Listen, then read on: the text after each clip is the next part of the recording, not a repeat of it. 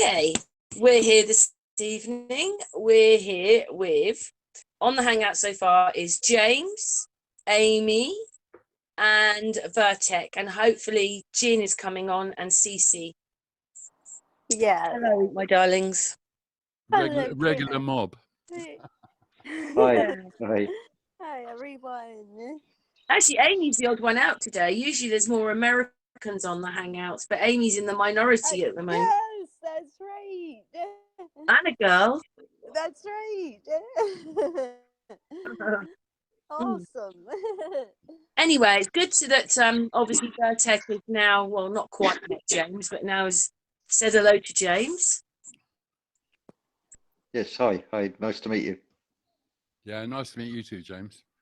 Yeah, Passing each other on Martin Leakey's chat room. yeah, it's funny you see the names and it's nice to actually get to sort of hear the other person's voice and chat about things as well. Yeah, well, instead of sarky comments on the chat stream, one can do sarky comments vocally, you know. and we have Virtec. So that's James, Amy, Virtec. Cece's coming on, and hopefully Jin will be coming on. Yes. But yes, Virtec's more into music, aren't you, Virtec?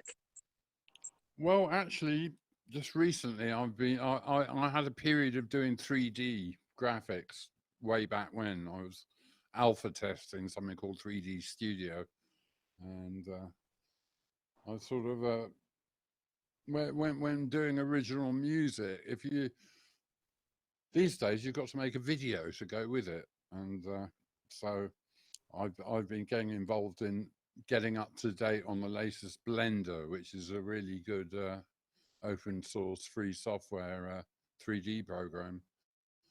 So I'm sort of struggling between trying to get myself back into Blender and making. I want to get music that actually interacts with the video, and Having to learn a new trade, have you, Virtec?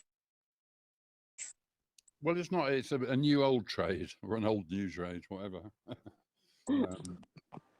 Yeah. So it's. Yeah, I've had my head into that actually, and it's very hard with the whole. Is this a bit like Adam Meakin's doing right now? Because he's doing stuff with music videos and stuff like that. I don't know what Adam is up to. Oh, Jin's calling now, but I can't answer him because I'm on my phone. Answer him. I can't answer him.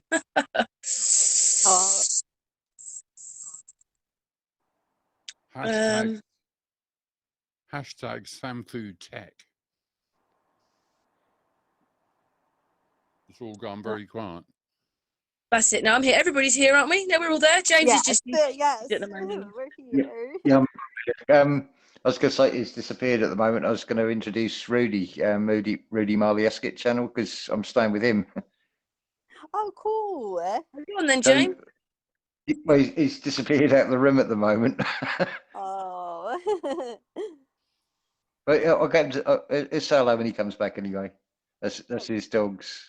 Okay. So have you sent Jin a link, Karen? Yes, I have. So he should be popping up. Oh, Jin. Yes. Yeah, I met Jin. I'm just writing to him now. Sorry, I'm just writing to him because he tried to ring me and he's left me a message and I said, my phone's broken. Isn't it, James? I can't see what I'm writing. Yeah. Yeah, your screen's a bit like Cruella de Vil patterns all over it, isn't it? So you've got half a screen. Anyway, let me introduce Rudy. Oh, cool. Hello, everybody. Hello. Hey, hello there, Rudy. Hey, Hello, you're from Scotland. You're from Scotland? I'm not from England, but I live in Scotland. Oh. Nice. I'm actually, even though I live in England, I'm a secret snood myself. Secret snood? Oh, I see. From whereabouts? Where about you been? My family was from, the Viking half was from St Andrews. Yes. And Highland half is from Skye. Oh, right, interesting. We're more central where I am. Bit more central. Where are you? Motherwell, just outside Motherwell. So it's pretty central belt, Scotland, thanks. Yeah, well, yeah, my family from the west and the east. Well, my family originally from, well, my dad's side from Ireland there. From Ireland? You know, from Ireland there, from the north, from Belfast, my dad. My mum's family was originally from Cork. Yeah, we're all mongrels in Yeah. Britain. You can't go back more than a couple of generations and everybody's from somewhere else.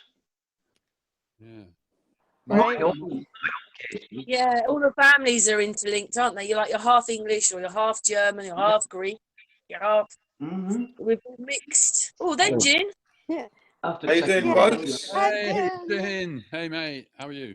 Nice one, Virtec. Adam. Yes. Virtec, I'm James. Jin. We're here we've got Virtec, Amy, me, and James. That's a good setup. Okay, nice to meet you all. James Yeah, and big shout out to all those in the chat room. And Rudy. Who? Rudy. Who? James is staying with Rudy. Rudy. Oh, Rudy. Okay. Yeah, Rudy Molly. Nice to hear your voices. Okay, nice to hear you. Yeah, It's funny what Jim's we the furthest one away. He's in Japan. Yeah. Oh. It's funny what you said about all muddled up. I mean, that video I made today about Doggerland, and I think like these Anglo-Saxon invasions that we're told about are actually migrations as they've been forced to move as the sea levels have risen. Oh wow. Yeah, that's what I. So I think they've spun that story as something else, because I was quite surprised when I looked. I thought, just see what it says on Wikipedia, and it's saying about a year later you've got these Saxon invasions. It's like, how come their population have exploded? If that would explain where all these people have come from. Yes. Well, it seems to me like, if there have been all these resets, then, it's like a reset is like, it's a barrier in history. And then what happens in the previous, era before the reset before that, it's like with music, you get harmonics. So, we're living in a particular scale from the last reset. But the history from beyond going into the past is like a harmonic, isn't it? You know what I mean? When you play a harmonic on a note and it goes bing. Ever onward. Yeah, so what happened, before the last reset, which was apparently, mid-19th century somewhere? Yeah. Well, so do you think it could have been partial resets at some points? Like, it seems to be like there's midway points where there's a bit of stuff going on, a bit of shenanigans going on, and then there seems to be like major ones which like Planet of the Apes type stuff where digging futuristic technology out of the remains of futuristic technology out of the ground. What are we seeing? What are we looking at? Yeah, because me and James, when we were researching, we found these articles that said that actually the people in England, when he was captured, gave him red carnations. And red carnations means at least admiration. You're like, what? They admired him? Yeah, the whole Bonaparte story is suspect. The whole Bonaparte family, they were everywhere. They were all over. They were like more of an institution than a family. I don't know. The whole story doesn't weigh up to me, that Bonaparte. But we get told everything back in the old rights from Nelson days, Bonaparte days, back in Nelson times, and it's just so convenient to have one banner to stick all this stuff under and one explanation for so much stuff. I'm sure You just go back and you look at history now, and it's all changing. It's all changed. Like the spit forts and that. We start working that. It's just everything isn't right. Yeah, They told us they were like bastion forts and guns and that. Like, it just doesn't hold up to me, that stuff or answer. What they get. It got, and I don't know what they are, whether they're like Mortello towers, and then they built on the Mortello towers, and then that would have been land there. Martello, please. Martello, sorry, Virtec. Yeah. Martello's quite fussy about his He pronunciation. was. Stickler. Well, Yeah, so, you know, I mean, like that's with all these series, Karen, you know, like you go, well, okay, that's not true, but one got to be careful about leaping onto, well, that's true because that isn't. There was this famous philosopher called Uspensky, and he came out with this phrase, which I think is very apt, which is hold your opinions lightly between Very thumb good, and yeah. forefinger. Very. Yes. Because, you know, what about this one, I've been Virtec? truth-seeking, but I've been It's truth-seeking for a while, and you think, oh yeah, that's it, and then next year suddenly you find out something else and go, oh no, not again. Yeah. And Opinion it's like can permanent cognitive dissonance, isn't it? Yes. What about the saying, change what you can, accept what you cannot, and wait in silence until you can tell the difference? That's good. Yeah. Yeah. It's in my tarot deck, but I think it's from a Sinead song. You know, she used those words in her song. Oh, good lyricist. Yeah, all words are good, aren't they? But they don't always, like, you know, in the middle of a situation, I'm not going to, like... Me too. Well, I find myself, you know, during this whole period of nonsense, you know, the secret is to rise above it all and keep calm and don't get personally involved.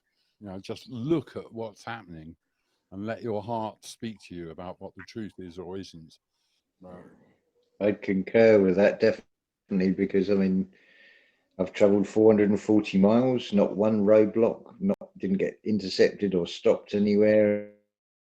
And yet, if you look, I don't know about mainstream media, but there's the impression given on social media is that you can't travel anywhere and somebody will stop you. But if people believe in it, it becomes real with it, and they're not even having to pay any police or border controls. It's just held together in people's minds.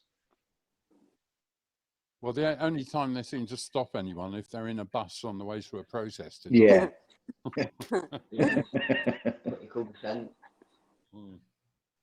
But no, it's quite peaceful out on the roads. It's lovely.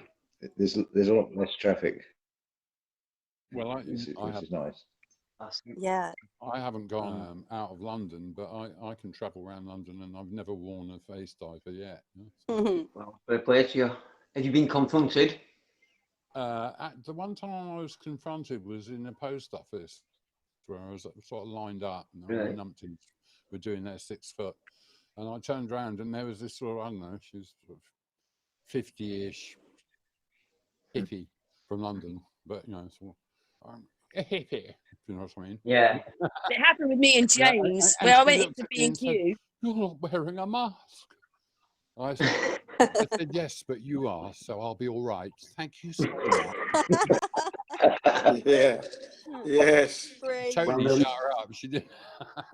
Me and James, I had to go and get a light bulb in B&Q. And when I came out, James is talking to these two people, and I start moaning about the Lyras. And then I said, but I didn't wear a mask in there. And then this guy said, you should be, this other person, you should be ashamed of yourself. So I went, come on, James, we're going. That's what. He said to me, I said, you're the angry person. And he said, no, you're the angry person. I said, come on, James, let's go. That was fun. Yes. It is. Yeah, that's the best stance to take with that situation. I mean, luckily here in Japan, it's down to the public's discretion whether they wear it or not. Although the Prime Minister has said there isn't a law in place that would make it compulsory or mandatory. So he's asking if everyone could cooperate. And those who are 98% of people in the shops, you'll see wearing masks and that, and maybe 30 to yeah, 30, around 30% wear the masks when they're walking around on the streets in the parks. So it's so I haven't worn the mask once. No need for it. There is no danger. So yeah, no point. That's Yeah. Yeah, I'd agree with those percentages. That seems to be the case, definitely. Yeah, and there's not really been a lockdown here, although restaurants are on a curfew at 8 o'clock. And it's still in a state of emergency in certain areas in Japan. Obviously, like Tokyo area, a place called Chiba, Kanagawa, Saitama. These areas are still under the curfew where restaurants have to shut by 8 o'clock, which is like ridiculous. How can they make money? That's But crazy. yeah, Well, it's obviously the agenda is to wipe out most businesses. Yeah. Most businesses. That's just obvious. Well, I it think did mine. Anyway, carry on. I think we're turning away from like being run by, like everything was based around the petrol dollar. Well, obviously, they're doing away with cars, aren't they? They're winding down the petrol industry and the oil industry. They're winding it down on that department and taking over the technology, the electric cars, whatever. But as we go away from relying on the oil to base our economy on, in China, they've just took on the yuan or something, is it called? And it's now the coin of China is electric currency. So yeah. it's a pretty scary move, I think. It's What happens when the lights go out? exactly. No one's going to know how to peel an apple, even though, you know what I mean? Because they have Alexa, it's just. I must say, I'm a bit technology is being used to imprison humanity rather quickly. That's what's going on there. They can't get it out quick enough. Well, do you know, I noticed in the North Russian bit, I think, James, I don't know if you watched that one, but they were the Gulag people and they were all immigrants. And they said in the so many years that they had this prison, 18 million people went through it. I mean, 18 million, like where did they get their numbers from? Wow. Right. Well, again, it could be those displaced people from the landmass. Dogland. Yeah. And they've taken their children, which they love to do. They'd like to take the adults one place and the children go off somewhere else, probably to, like, well, in the past, Australia and America and stuff. Yeah. That's for leverage purposes and control. So if you behave and you're obedient, you get your children back, I suppose. Stupid, really. This is all, it's well out of control. But it looks like there's maybe It's on a spiral. It's all on a spiral. That's maybe the children the orphan trains come from. That's what I said. Yeah, it would sort of make sense. Like, well, where have all these people come from? Well, if the landmass has disappeared, but the question is, was it something natural or was it something possibly by the tsunami? The water usually goes down, and even if it didn't all go down, it wouldn't have covered all the land up, would it? Now I'm wondering if it's these, should we say, these sea people behind all this again? Right. Did you guys touch on Tartaria? I call it Tartaria. It's not for everybody. Not everybody wants to get into the history in that, but I see it's a bit of history, a bit of the present, and for the future. Yes. It's all of it to me, so it's all important. I agree. Yeah. Okay. Did you guys touch on the dirty laundry that was aired recently in California? No. What? What, the dirty laundry that was aired in Canada? No. Yeah. What, Sorry, not Canada. California. Sorry, California. Dirty laundry. Well, go on. Explain, Jin. I'm talking about the royal family. You know, the Harry and the Meghan thing. Oh, yeah. Amy was. Amy. You explain it then, or Jean explain it. Oprah Winfrey. Yes. No, They went on Oprah. Did they go on Oprah Winfrey? Harry and Meghan? Is that what happened? Jen? Yeah. And she was saying that the royal family mistreated her because she was black. That's Is that right. correct? Yes. And then Yes. my sister was telling me that when this talk show that has Sharon Osbourne, and she's friends with Pierce Morgan, and Yeah. Pierce Morgan didn't take up for Megan, so now everybody's calling Sharon Osbourne a racist because the fact that she stuck up for Pierce Morgan. And so, yeah, I heard some of that drama just this afternoon. My sister was telling me that, so that's as much as I know.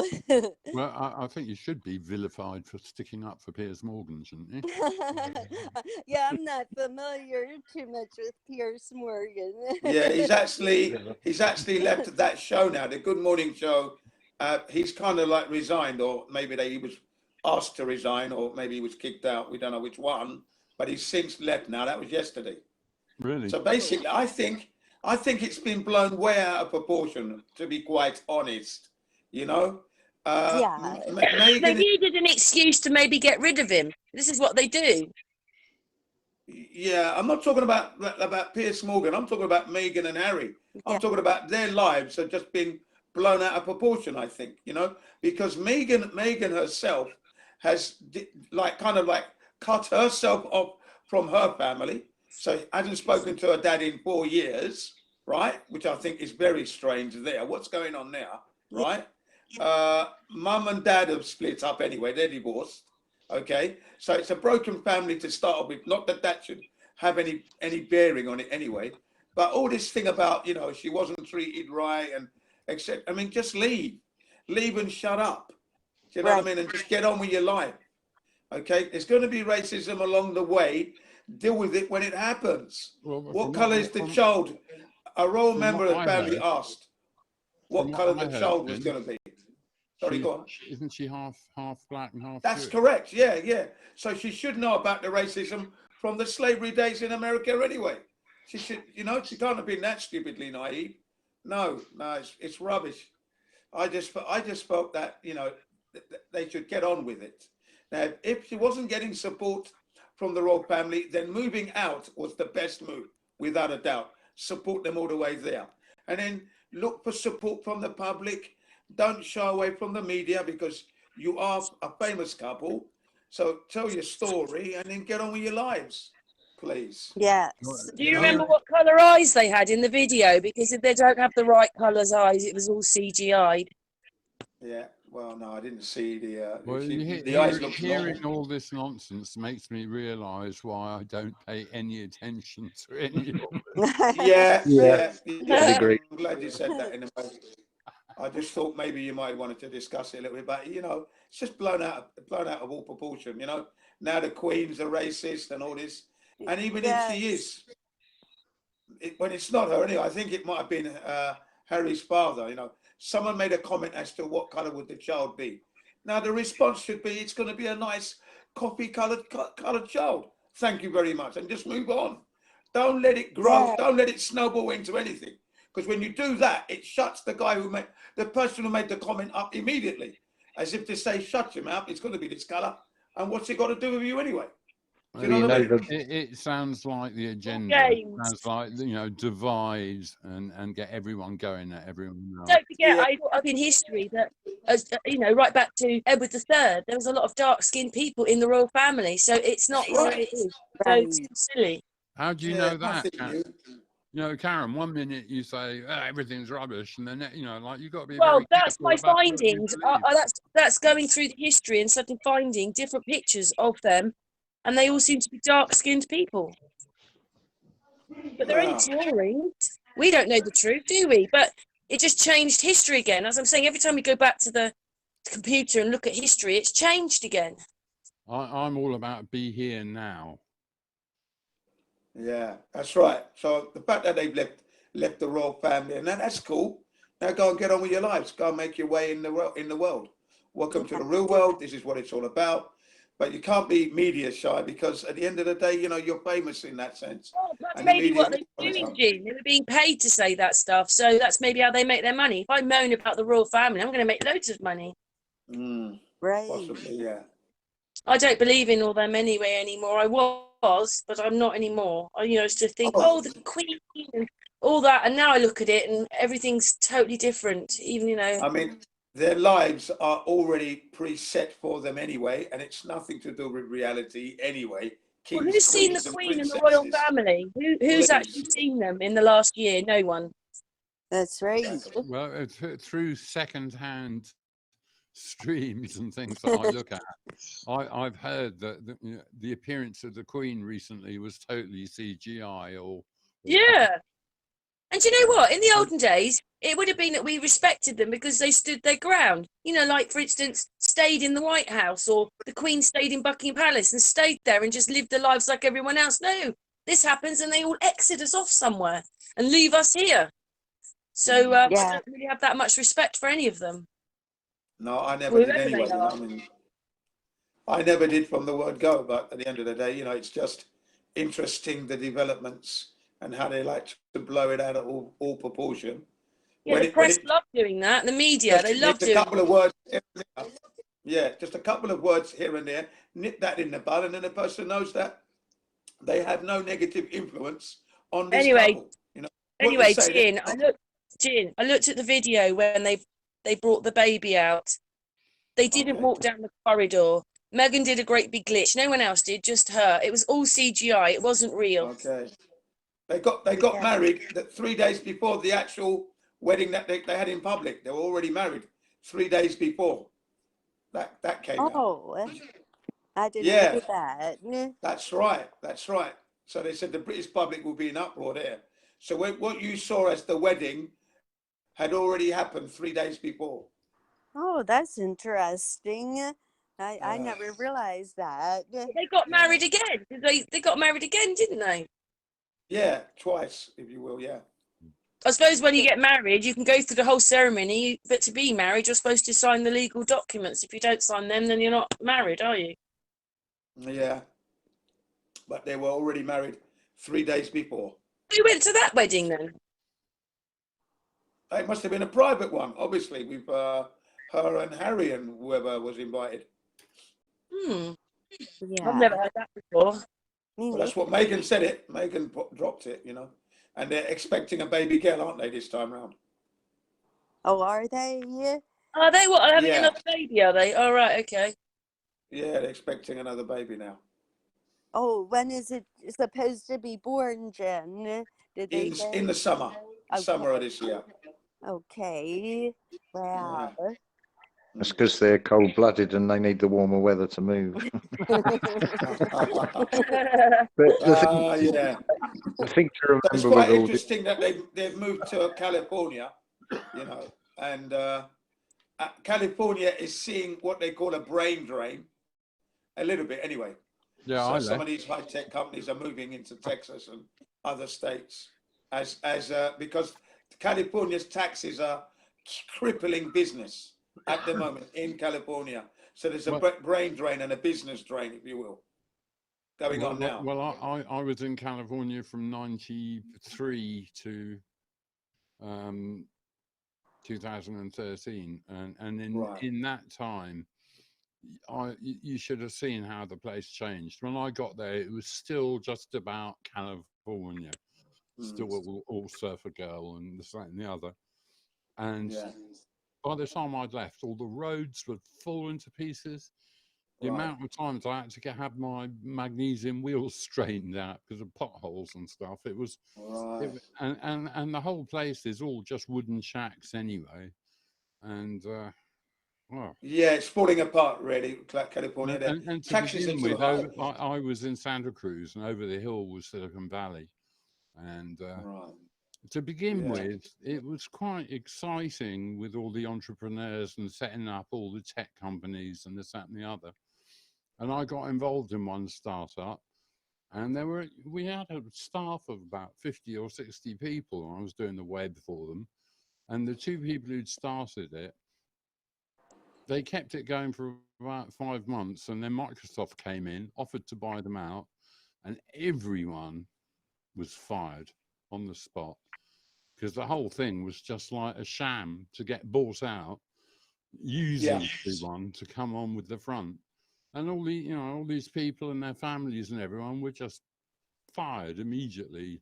And the technology and the two people who started it split off up to Microsoft.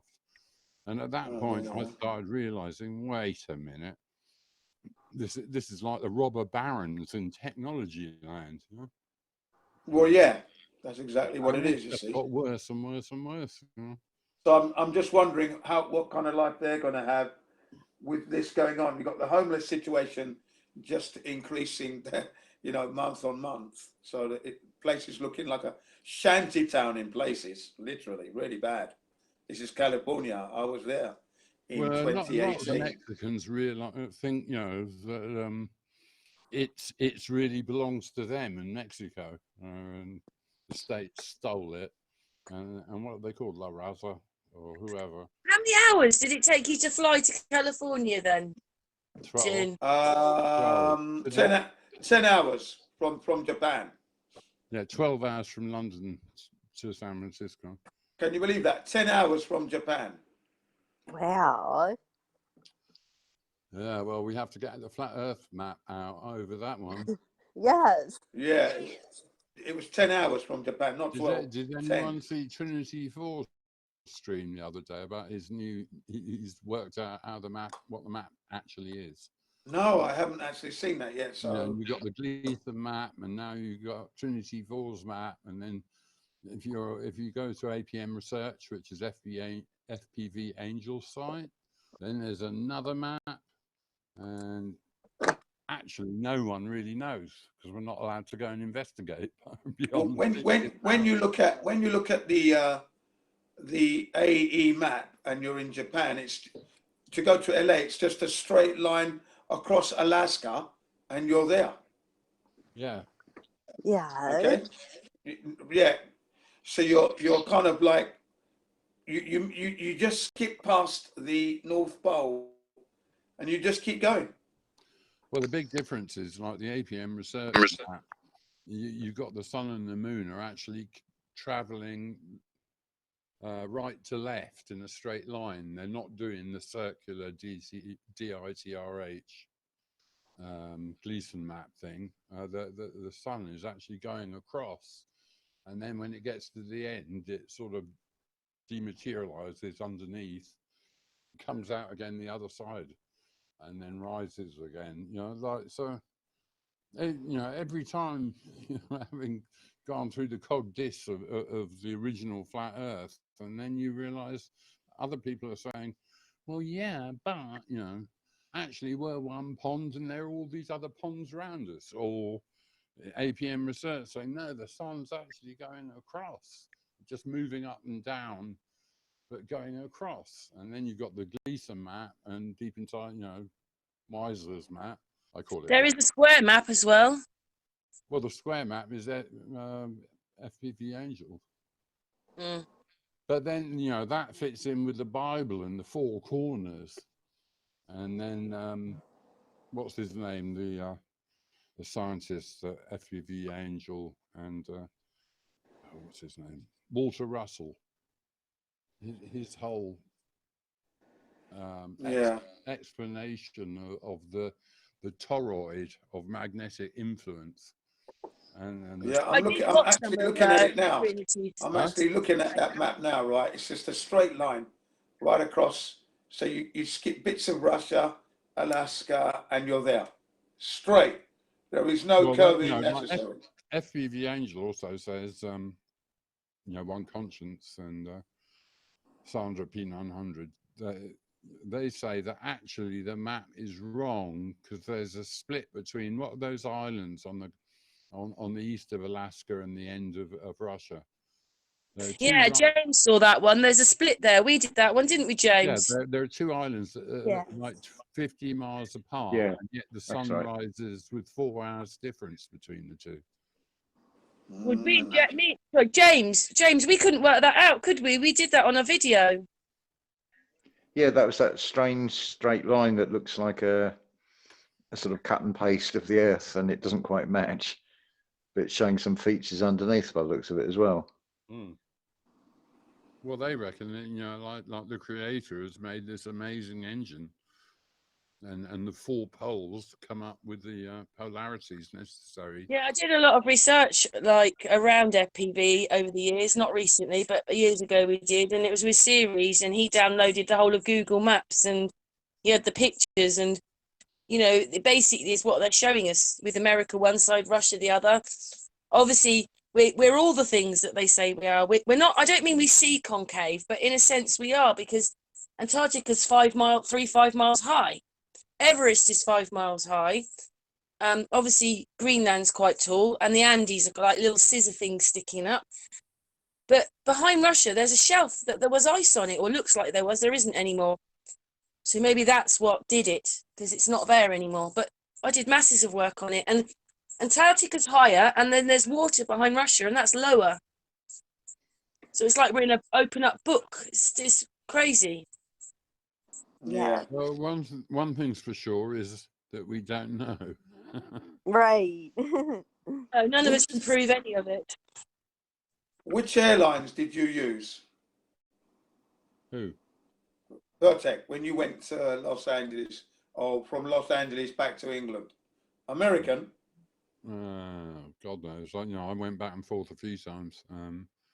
I went Freddie Laker. I either used to change in Minneapolis or in Chicago, O'Hare. Last time on my way back, they upgraded me to business class for the only time ever happened to me. Boy, the other half live in a different world.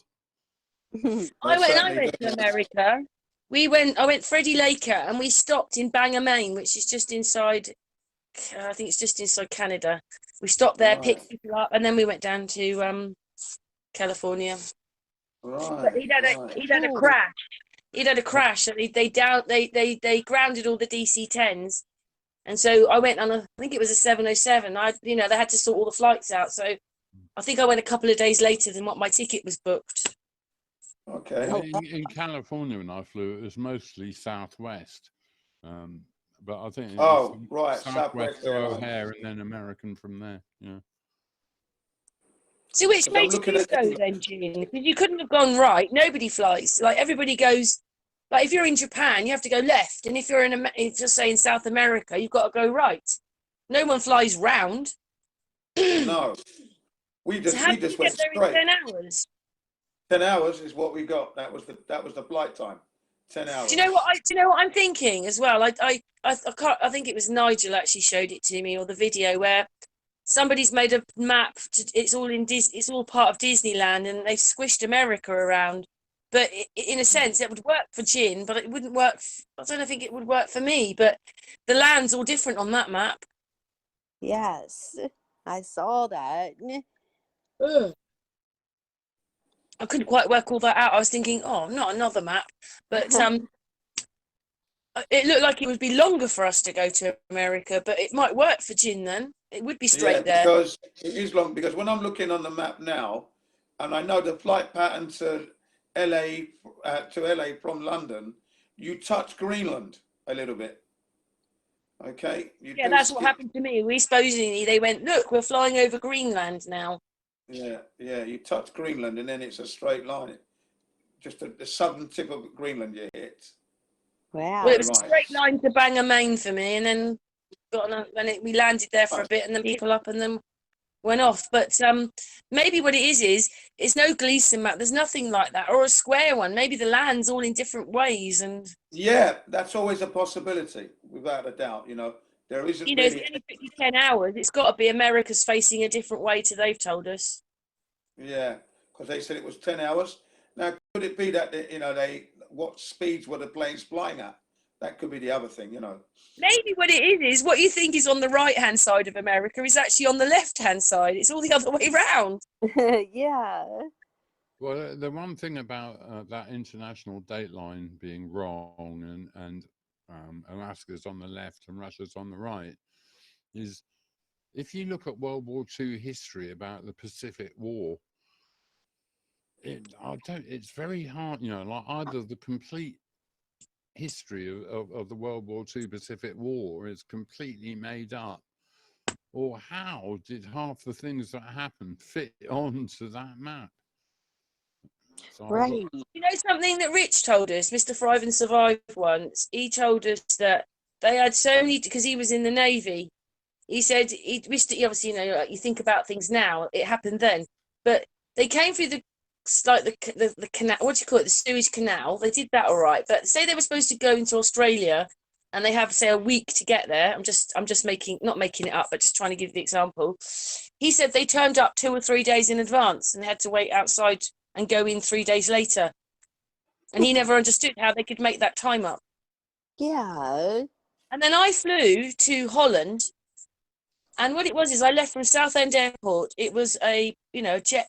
It was a jet plane, but it had propellers. Yeah, And with the propellers. Yeah. It's about 300 and something miles. They said on the ticket it would take an hour and 10 minutes, and we did it in 40 minutes. And she said, Wow. we're landing, whatever it was, 35, 40 minutes earlier. And I said to her, on an hour and 10 minutes, and it's that many miles, how did we make up that much distance? You know, like 5, That's 10 right. minutes. You would never. She said, oh, the winds were good that day. I was thinking, Yeah. really? We did it back in Yeah, the. that's what I'm I saw the. We got back in the same time as well. So how does that happen? Like, how can I do 300 and something miles in 35 minutes in a propel plane? Right. Yeah. no, the Earth must have been spinning in the right direction. Yeah, it must have been rotating a bit there for me to make up the difference, Virtec. Ah, so you experienced a little bit of the Coriolis effect coming, maybe. For me, because I wasn't attached to the Earth. But no, I don't believe in all that. And I could see how low the clouds were. That's when it really hit me on that plane flight. Like, look how low the clouds are. Yeah. I mean, literally, it looks like they aren't far off the ground when you're there. I mean, obviously, you're about, like planes, the jet ones, they fly at 30-odd thousand feet, but you're flying at sort of like 10, 20,000 feet. You're a bit below them because it's a propeller plane. Yeah. Well, for me, the main proof is you can see too far. Jay Tolan Media, or go out in a balloon with Dwayne Callum, and you can just look all around and you can see it's flat as a pancake. Yeah. That's right. Yeah. We all agree on that one. Yes. No, and what else can you make a decision on except for your senses? Exactly. Ideas and theories are not provable most of the time. Right. I mean, that doesn't quite work. Like if you know a plane, a bullet, a hot air balloon, they're not attached to the Earth. So when they're up there, they should be flying around really quick, shouldn't they? Then. Right. The nearest thing to a spaceship I've seen recently is the latest America's Cup yachts. Have you seen those? No. It's amazing. It's just started. The next race will be, if you're in England, you can see a repeat of it on Friday. Tomorrow they're not doing it, and then it goes through. But these are amazing machines that humans have come up with, and it's all to do with wind and sea, but like technology between the two. I think it's amazing. But I'm more interested in that than fake Airfix NASA models. Yeah. Yeah. They haven't even told us how the planes fly properly, because what I think is that you can only find videos on small, like their little toy planes. They'll say 4D flying, but the planes that we are, the Airbuses, they all 4D fly, but they haven't told you that. Well, they've used military technology to make the planes, and this is why they don't show you with people in it, but it can almost do a vertical takeoff. Great, and when they're up there, they're like just above your head, and they're gliding. It's like they're in sea or something, not in air, because they're 4D flying. That's why. Do you know there's a new dog in space? Did you know that? No. It's called Rover, the Mars Rover.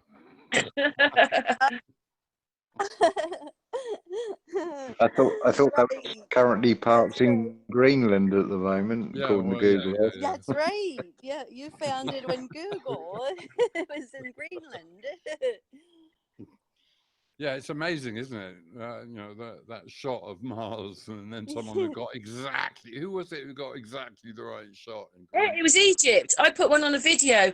They showed you. No, but Mars is Greenland, definitely. Yeah, Devon Island, isn't it? Devon Island. Yeah. Who was it? It's Who north came of up Canada. What? Someone came up with that exactly right. I'm not sure. I didn't see it on Jeranism, actually. Yeah, it probably was Jeranism, because I remember seeing it on Jeranism myself. Ridiculous, isn't it? It is. I do like Jeren. Jeren's got a nice sense of humour. Well, you've got to have one of those nowadays, haven't you? Otherwise, you go mad. That's for sure. Well, maybe we could ask, like, what? So, what have you been doing recently? Then you've been into your racing and into music, Virtec. Racing? Oh well, what? You know, just watching the World Cup. Yeah, because I used to sail little 12-foot dinghies, race them when I was little at school. So I always had a bit of a sailing thing. I think it's the Viking blood. Yeah? Or the Doggerland blood that you've got. It might be Doggerland blood. Yeah. So beyond that, I'm trying to coming up with music. Anyway, listen, Virtec, if you come from anybody, you come from the land of the giants. Virtec's about 6'6", aren't you, Virtec? You're a tall man. 6'4.5", and 6'4.5". Cool. Wow. Yeah. So watch it. All right. Yeah, he's in charge when he's around. Right. Well, so, I'll come back. So what I've been trying to do is because I do music, I could come up with separate tracks for a drum, someone playing the drums, like a separate track for the bass drum and for the snare and for the hi-hat and the toms. And then in a 3D world, I've got this idea of this octopus sitting on a drum stool, and each tentacle has got a stick. And what you can do is actually play the bass drum through, and that will activate just the tentacle that's hitting the bass drum. So you have this octopus with all these sticks actually playing the drum kit properly. You know?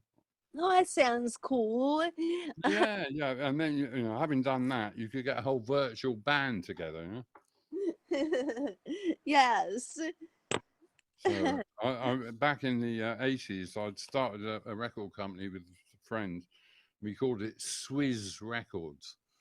And I think we might start that up again and sign up all these virtual bands.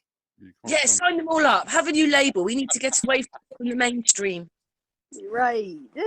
Swizz Records had this great logo. Do you remember the HMV, his master's voice? And there was this old wind-up gramophone, and it had a dog sitting with its head on one side listening into the horn of the old wind-up. And it was his master's voice, right? Well, we came out with this black and white logo, which was one of these old gramophones, and there was a cat there looking in like at it, but its back was totally arched with all its hairs sticking up. Like great logo. I should do that. No, I've given it away now. Oh. That's all right, Virtec. You can announce it on our hangout. That's fine. No one's listening anyway, so that's all right. No. Well, I hope they are, Virtec. Yes. Yeah. Well, thanks for telling us that bit, what you're doing. James, do you want to, in case nobody knows who you are, James? Well, I suppose last thing is the video I did today, bringing in, I suppose, circumstantial evidence that supports the whole idea of this sort of landmass which Ireland and the UK were encapsulated by, and where these people came from, using etymology, language, mythology, astrology, and various other bits that all seem to point that it wasn't that long ago either. What, a couple of 100 years? Well, so between 200 and 400 years ago, it could be as recent as that. I mean, you think about these people that were sort of forced into these gulags and sort of no means of getting out, then you're pretty stuck. They're sort of isolated away, and then you multiply that under this cover story of Stalin. You can sort of change. I mean, it seems to me that the whole Napoleonic Wars is just a cover story for destroying stuff, squirreling stuff away, changing history. But my question would be what actually caused the sea to rise in the first place? Because it seems this time round, rather than the physical flood, it's a flood on the mind of information that they're playing. But same group of people behind it again. Yes. Yeah, probably, James. But like, I have a couple of questions. Like when I was 7, I was sent off to boarding school, and I used to I could sing in the choir then, and we used to sing in this old Norman church, and it really was bloody ancient, Yeah. And so I thought, well, where does that fit in in the new history timeline? Survivor buildings. And there again, I have a relative who commanded the Scots Guards at Waterloo. Like, how does that fit into the timeline? Well, it could be series of resets. It could be that some of this stuff comes from an earlier time period. There was wars, but there were wars that were doing other stuff as well. Like Rudy, can you get nearer the mic? Sorry. I'm saying there was wars and stuff going on, but it wasn't like the reasons behind it weren't what I think we're always being told that there was the right reasons. It's like as if they used the Napoleon Bonaparte wars, and whilst they were having the wars, they'd use the wars to destroy the evidence by warfare, by displacing people. And they could tell people who were fighting anywhere. Once you've marched men for a few miles and that, and you could tell them pretty much anything. They believed what they're told by their officers, wouldn't they? About, yeah, that's true. They just do as they told. Just do as they told, and the officers only the top officers would know the exact real truth, wouldn't they? And all the rest just do as they're told from above. Yeah. It goes in the army, so they won't question it about. Not many of them would. Just like the TRG today. Yeah, and so you get that, and they were also robbing the place blind as well. While they're at it, it seems they were robbing Egypt anyway blind. They wanted everything they could get about Egypt out of there. The aristocracy in, like, it seems, 19th century, they just went Egypt crazy, didn't they? I think most of the aristocracy though are still the same ones we started with, like, and they've just took over the world. The famous bloodline. Yeah, well, yeah, I suppose so, yeah. I think that some of the things have happened, but they're not in the right time history or something. It's all just bits of truth in that, and then another bit of truth over there, and then they stuck in all this other stuff. That's what I think. Well, if you take this Napoleon story, I mean, you see all the depictions. The French troops are in blue uniforms, the English are in red, and it's like, here we go again. We've got pick a side, the red team or the blue team. Yeah. And then it turns out that they're both two different sides of the same monster. So you've just got to look at who financed both sides. Yeah, this is it. What about the Mad King of England becoming George Washington and making all the corporation over there that the Queen owns? So it's all bizarre as far as I'm concerned. Yes. Well, I think the monarchy's been puppets for a while. Yeah, we're more related than you think. That's right. Exactly. Yeah. I was telling my sister about that earlier. I said, well, the Queen owns us just as much as she owns England and everything else. Yeah.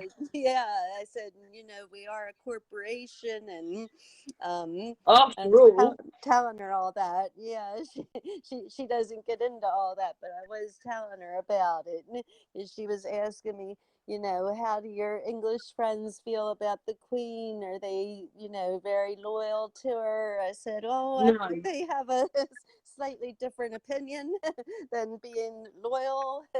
You know, I don't think they're that crazy about her. And I said, but we're under her too, so. You know, it's also like, if all these towns are ghost towns, and then me and James, we watched this video, The King of Rutland, and oh, the dog's getting all excited now. Hang on, just shut the door. Basically, he was a king. He was, like James said, he was the only one on the horse, and he had about 20 people that he was king of. I mean, was that the size of the kings? You know, they had like about 20 people in their villages. Yeah. You just don't know anymore. And then the next thing, when I saw that Russian thing, Ellie, there's 18 million prisoners. It just none of the figures go together. That's right. I think your dog's hungry, Karen. No, Ellie baby's putting her shoes on and Floss says, "Oh, we're going out. Oh, I'm coming. No, I'm going for a walk. I'm going for a..." That's what all that's about. Yes, yes, yes. That's what I was getting excited about.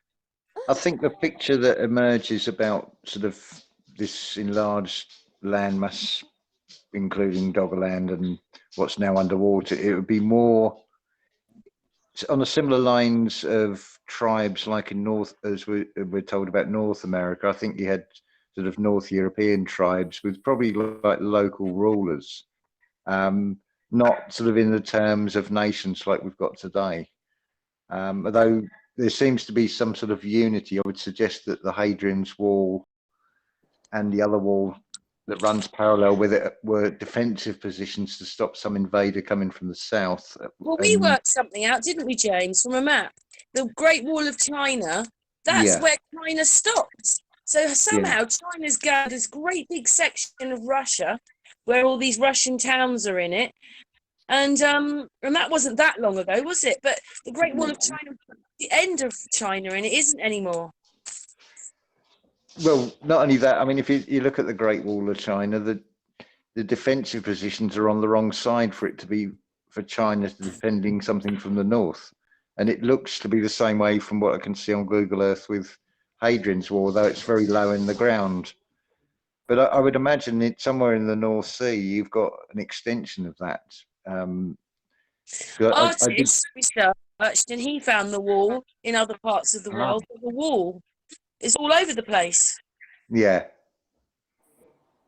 There's certainly bits of the United States that seem to have it as well.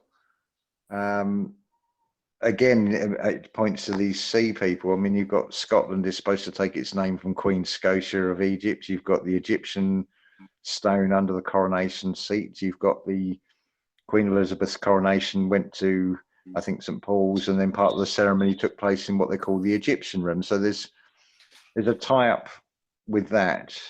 You've got various words that are common in Hebrew and Irish, which seems an unlikely combination. And then I was saying on the video earlier, the old style of writing in English called secretary hand in the 16th and 17th century, some of the way those characters are written, they look very different from today. They look more like a cross between Hebrew and Runic. Oh wow, that's fascinating. It's surprising when you sort of bring all these other strands into it, from doing family history and things, what sort of comes out that all adds what I would call circumstantial evidence that backs up this whole idea of basically a sort of Northern Europe where they could understand each other, speak a common language probably at one time, and were much more closely related and totally different from the historic perspective we've got about these invasions from sort of Northern Europe. Yes. I'd even go so far as to say that the so-called Viking raids are the, shall we say, for argument's sake, the Tartarian Empire trying to repel these invaders from Rome at one point. Oh wow. And even tying in what Miriam was saying, Star Connections channel, she was saying about Asterix the Gaul, that story is probably sort of one of the last defenses against this sort of Roman occupation, as it were. Interesting. Yeah. Thanks for all that, James. Yeah, because we've been doing quite a lot of research on that, haven't we? And then you were watching one of my videos. Well, it's amazing because how the whole thing with Napoleon, the Spitforts, Doggerland, and everything all sort of ties in and all sort of points to the same sort of source of what's the word? It's the same antagonist behind all of it. I heard that Napoleon didn't like the Rockefellers or whatever, it was one of them, and that's what he was trying to repel, and that might be why he got red carnations in the UK. Well, That's interesting. Rockefellers, yeah. When you've got like a monarchy, well, going with the official story that it was the French royal family had become very unpopular with the French people and were starving, hence the line about Marie Antoinette saying, "Let them eat cake." So you've got Napoleon, who would seem to be like this revolutionary man of the people. So what a great way of getting ordinary people, or the sort of peasant class and the farming communities, to, they think they've got a hero there, but they're just being played again. I think the whole thing, it's a pick a side. You're either a royalist or you're fighting for this revolutionary on the promise you're going to have a better life, and it's all the time it's the same organization playing two sides again. Yes. That's the way it looks to me, anyway. Yes, that could very well be. Yes. Yeah, that Robespierre wasn't very nice, was he? No. Sounds a bit like Shakespeare as well. Robes. There's always a spear involved. Did I hear wind chimes, by the way, Karen? Oh, that might be mine, James. Wind chimes. I thought it's either that or somebody at the door. Hopefully not Avon calling. I think it's my wind chimes. Avon calling. Those were the days, weren't they? Eh? Yeah. I Make know. up door to door. Right. No. Are they still around, Avon? Are they well dead? I think they still operate, but at the moment it's probably not happening. Don't get Tupperware parties anymore, do you? No. Interestingly, the Tupper family, they're like part of that family was associated with Bignor Roman Villa in Sussex, where they've got this large mosaic floor. And then the money they made from that, I think part of the family then formed the basis of what is the Tupperware product. As far as I know, most of them live in Sweden these days. Oh wow! Thanks for that, James. I was going to say it's another thing like everything else, Roman. It's always under mud. It always has to be uncovered. Yeah, we're starting to do that. I had a brilliant hangout with someone today. They were talking about the mirroring effect, and they were explaining it all to me on the hangout, and I was really pleased about that, because he said that even in that mirroring effect, there isn't just one effect happening, there's about 10. So this is how complicated this place we're living in. It's always got to have a spiral of, it can't just be one thing. One thing leads on to another, onto another. It just keeps going. Yes. But I quite like the history side of it myself. That actually is the sort of hardest part about making videos, trying to stick on one topic, because it's so easy to go off on a tangent, I find. Right. Because so much interweaves and one thing leads on to another. I mean, with Karen the other week, all those photos looking at sort of underground bunkers and things, and where that sort of started trailing off, and looking at all these fascinating pictures. It's so easy to do. Yeah. Oh, I know. Yeah, the thing is, once you go deep enough down the rabbit hole, you end up in the Warren. Yeah. Yes, Definitely. Well, James, thank you so much for that. Anyway, so, Jin, what have you been up to? Nothing much. The same old. Teaching English here. Talking to a student who's currently in the Missouri State in an what is it? He's in an all high-tech, state-of-the-art university where he's doing astrophysics, okay? And he sent me a message yesterday saying the universe is flat. I said, yeah, I know that, but we can't prove it. It's all theoretical, you know. There's no proof of what you're learning, you know. Keeping on the flat Earth theme. So that's all that I've been doing, really, you know. Keeping the kids on the road, fixing their bikes. Nothing much to report, just regular, trying to keep a family life going, basically. Jin, I'm always repeating that tale you told about the school kids and drawing the pictures. Yeah. That is the best flat. Have you ever actually told anyone on this chat about that? Not maybe. I think maybe Amy knows, and Karen obviously knows. Where I got the kids. Again. Now Virtec's done that. Everybody watching will want to know, so you better explain it. Right. Yeah, well, basically, I was invited to teach English 2012 to 2013, English at elementary school and junior high school level. So what I did, sorry, yeah, I got the dates wrong.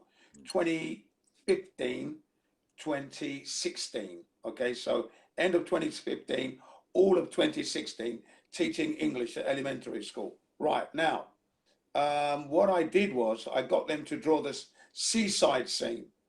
Okay, you know, the beach with the seagulls in the horizon, you know, in the sky, the horizon, yachts sailing away, people swimming, and the best 5 would get a pen, which I had from Hawaii. I had 5 pens to give away for the best pictures. Okay, so and on my board, on my whiteboard, I drew a curved horizon, basically curved horizon with all the yachts and the scene. All the other kids drew a straight horizon. But all the kids had drawn absolutely straight horizons. Yeah? Yes, that's right. And then they said that Jin Sensei, you're wrong. And I said, why am I wrong? Because they were laughing because my beach was curved. I said, yeah, but we're living on a globe, aren't we? And I pointed to the globe. And then it went quiet. It went quiet for about 30 seconds before someone had their heads cocked to one side as they were thinking it through. And then I rubbed out my one. I said, yeah, you're right. I'm wrong. And I rubbed my one out off the board. And I said, well done, you know, and then later on I gave the pens out. But yeah, that was an experiment that I wanted to see whether or not they knew the earth was flat. Let's see what they do. How would they react? And, you know, yeah. That's fantastic. That was brilliant. Yeah. Absolutely brilliant. Wrong, they said. Yeah. Well done, Jin. Well done. Yes. Jay. James, your friend, does he want to say a few words? What he's into? He's disappeared again at the moment. Is that Rudy? Yeah, Rudy. yeah, Rudy. Yeah, Rude. A message to you, Rudy. Yeah, yeah. From the specials. That's it. Yeah. If he comes back in, maybe he can. But stop that hiding means in I the have, closet. I have to go over to Amy now. Oh. Yes, Amy. The spotlight's on you, Amy. Oh. Well, you know, I've been watching all your videos, Karen. And helping me make some, like James did. Yeah. James helped me make some. But the last few days, you've been helping me make some videos. Yes, now that you don't have your partner, James, I'm filling in a little bit for James. But I've just been enjoying the videos, and I'm keeping up with what's going on, you know, in the world. I have a channel that I watch that fills me in on the news. I watch your channel, Karen, for pleasure and learning, and I watch this other person's channel to hear the depressing stuff that I feel that we still need to know it. So, yeah. I want to keep my eye on what's going on. And here in Maryland, where I live, they're opening up. They're opening full capacity, but they're being mask police. And my daughter was at a nightclub. Well, not a nightclub, but like a restaurant where they had a band. and she goes every week. And this last Friday was the very first night that they opened up full capacity. Well, there's a young man that always comes. His mom brings him. He has Down syndrome, but he loves to stand up by the stage, and he has a guitar, and he pretends he's playing his guitar, and he sways to the music. Well, he didn't have his mask on, so there was a lawyer there, and he went to the owner of the club, and he said, if that guy don't put his mask on and everybody else in here, then I am going to give you a lawsuit, and I'll have your business auctioned off within 4 days. So then the owner of the place got a manager to get a bouncer to go up to this poor young guy that has Down syndrome and tell him about the mask. And then he started going around to all the other people if anybody wasn't wearing it correctly. And my daughter said it was horrible, and the young man was so upset his mom had to take him home. And my daughter was bastard, livid. that was. Isn't that awful? That was Yeah, like a bully. I said, if I was the owner of that place, I feel like I would have told the lawyer, take your business elsewhere. I mean, yeah, I would have thrown him out. I would yeah, have they're thrown him really out. intimidating people. Different restaurants and clubs around here, they are fining. Apparently, they've gotten fines, the owners, and they've got them in intimidation. And so they're afraid to get their business shut down. I just think it's horrible. And I told my daughter, I said, well, at the beginning of all this, they were talking about, medical exemptions for the masks. I mean, what has happened to that? Has that gone out the window? I mean, maybe the young man with Down syndrome couldn't wear a mask. Maybe he had a medical condition, but it's like they're really being like a mask Nazi police system here in Maryland. Yeah. So Is it's that not where? that Is great. that Maryland? Is that Texas? Am I wrong? No, it's actually on the East Coast. So Texas is more like Central. central Texas is U.S. central. I know where that is now. Yeah. I just Yeah, got it we're a mixed up. So little if you're on teeny. the East Coast, Yeah, we're a yeah, little tiny state next to Washington D.C. yeah. I know where you are now. I know where Yeah, you we're are. Yeah. right. I'm in Baltimore. Yeah, I know where you Baltimore. are now. Yeah, yeah. Yeah, yeah. The reason why I We're said that is because Texas is also opening up, you see. So I oh thought right. Maryland was a place in Texas, but no. Oh I know the East okay, Coast. I know where right. you are now. Yes. Yeah. Because Yeah. Some states Texas are. is also opening up, isn't it? Yeah, lots of states are opening up, and they're removing their mask requirements, Yeah, but no we're not one masks. That's of right. them. Yes. See? We're not though. We're still in full lockdown at the moment. I think the end of April something, but I don't know. Oh, I know. It's just Is that right, ridiculous. Virtec? We're opening up in April or something, or think. But the children have gone back to school, so how ridiculous! All the children are back at school. I'm And not the James, what James saw something about the children. There's going to be nurses there, and they're all going to be testing the children. Oh, that's awful. Isn't that right, James? Well, all Yeah. I can remember is I think April 14th shops are allowed to open or something, and There then you go, April. and then in the summer solstice it's all over. Amazing how they pick the summer solstice, isn't it? What do you mean it's all Yeah. over? Oh, the lockdown's all over. You mean Apparently. in Till June? Yeah, September. right up. Yeah, we saw that, didn't we, James? Yeah, until September, and then they do it all over again as flu season starts. Right. Exactly. Yeah. Exactly. Because it's going to be a variant strain that's changed like 3 times. So you've got to be very, very careful now. You're going to need a quadruple injection. Anyway, we had the first step from the vaccine last Monday. Oh A woman, no. so a Japanese woman, 60-something years old. We didn't get her age. She's a health worker. So the Friday before last, Can I she just say received. something, Jin? When you're explaining this, you've got to be careful because YouTube don't. They've got it. I don't want to be right. Yeah, okay. Well, basically, she got the jab Friday, and she died Monday, you know, and then Oh. they said that she had perfect health, nothing was wrong with her, Oh. but they said there's no connection to the Of course not. jab, but wow, how could there not be? She was perfectly healthy, regular checkups, nothing wrong with her. Brain hemorrhage, apparently.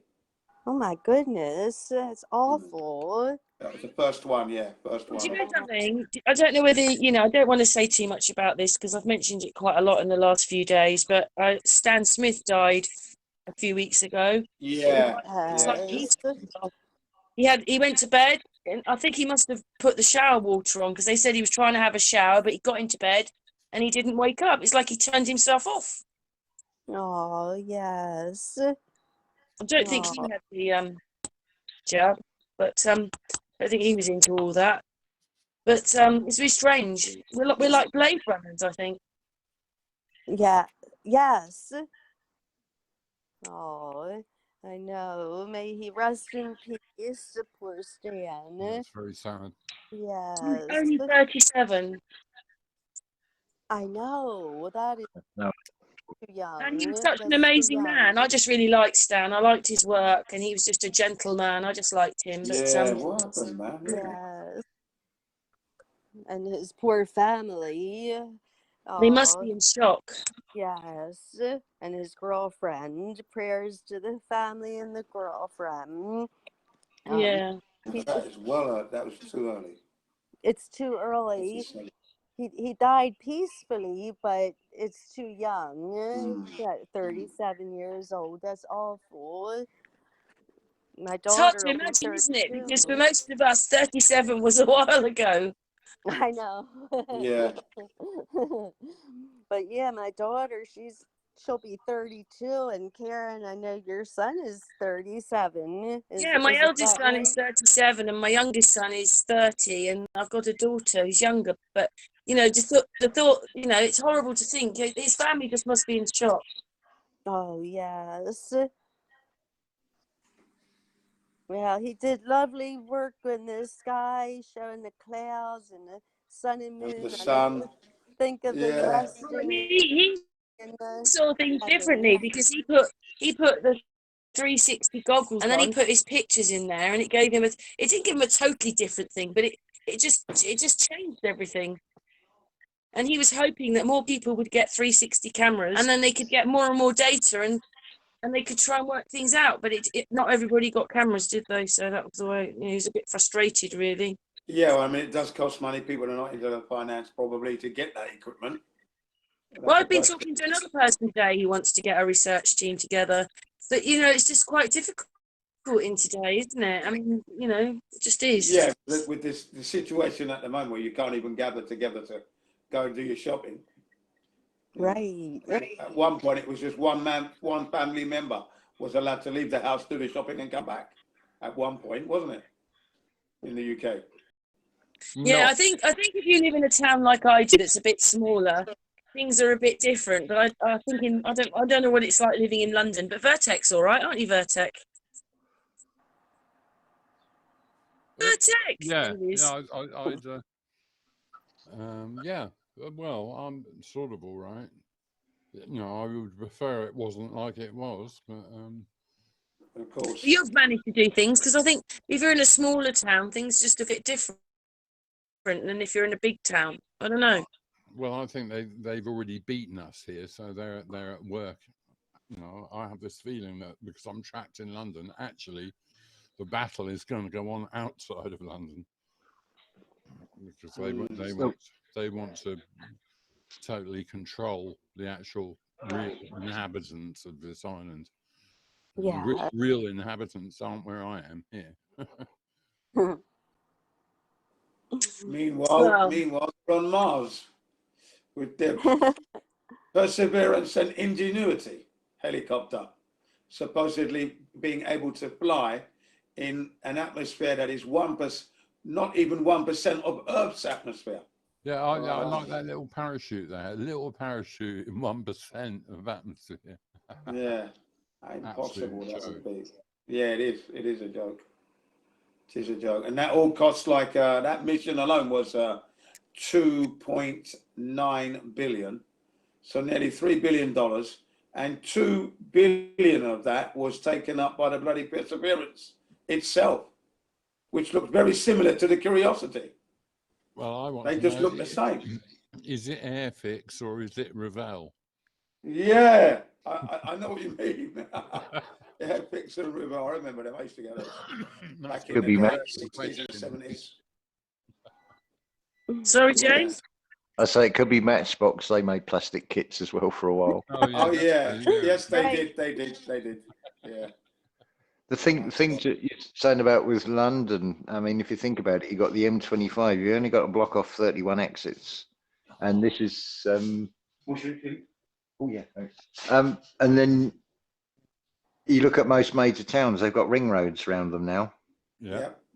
So there's the potential there. You wouldn't need that. I don't want to put the idea out as fear, but it's something to bear in mind. But on the other hand, speaking from personal experience, I've had no bother. I mean, I've travelled about freely. All the implications of like border controls, because it's like, well, maybe there might be a border control, and But you won't know be. what, James? James, you say that though, but James, we shut down without one police officer or one soldier. It didn't take anything to shut us down. Well, this is the thing. It's all based on an illusion, because it's like from what I'm seeing on the social media and what I'm actually seeing out there are two different things. It's like, well, I've travelled about with no trouble at all.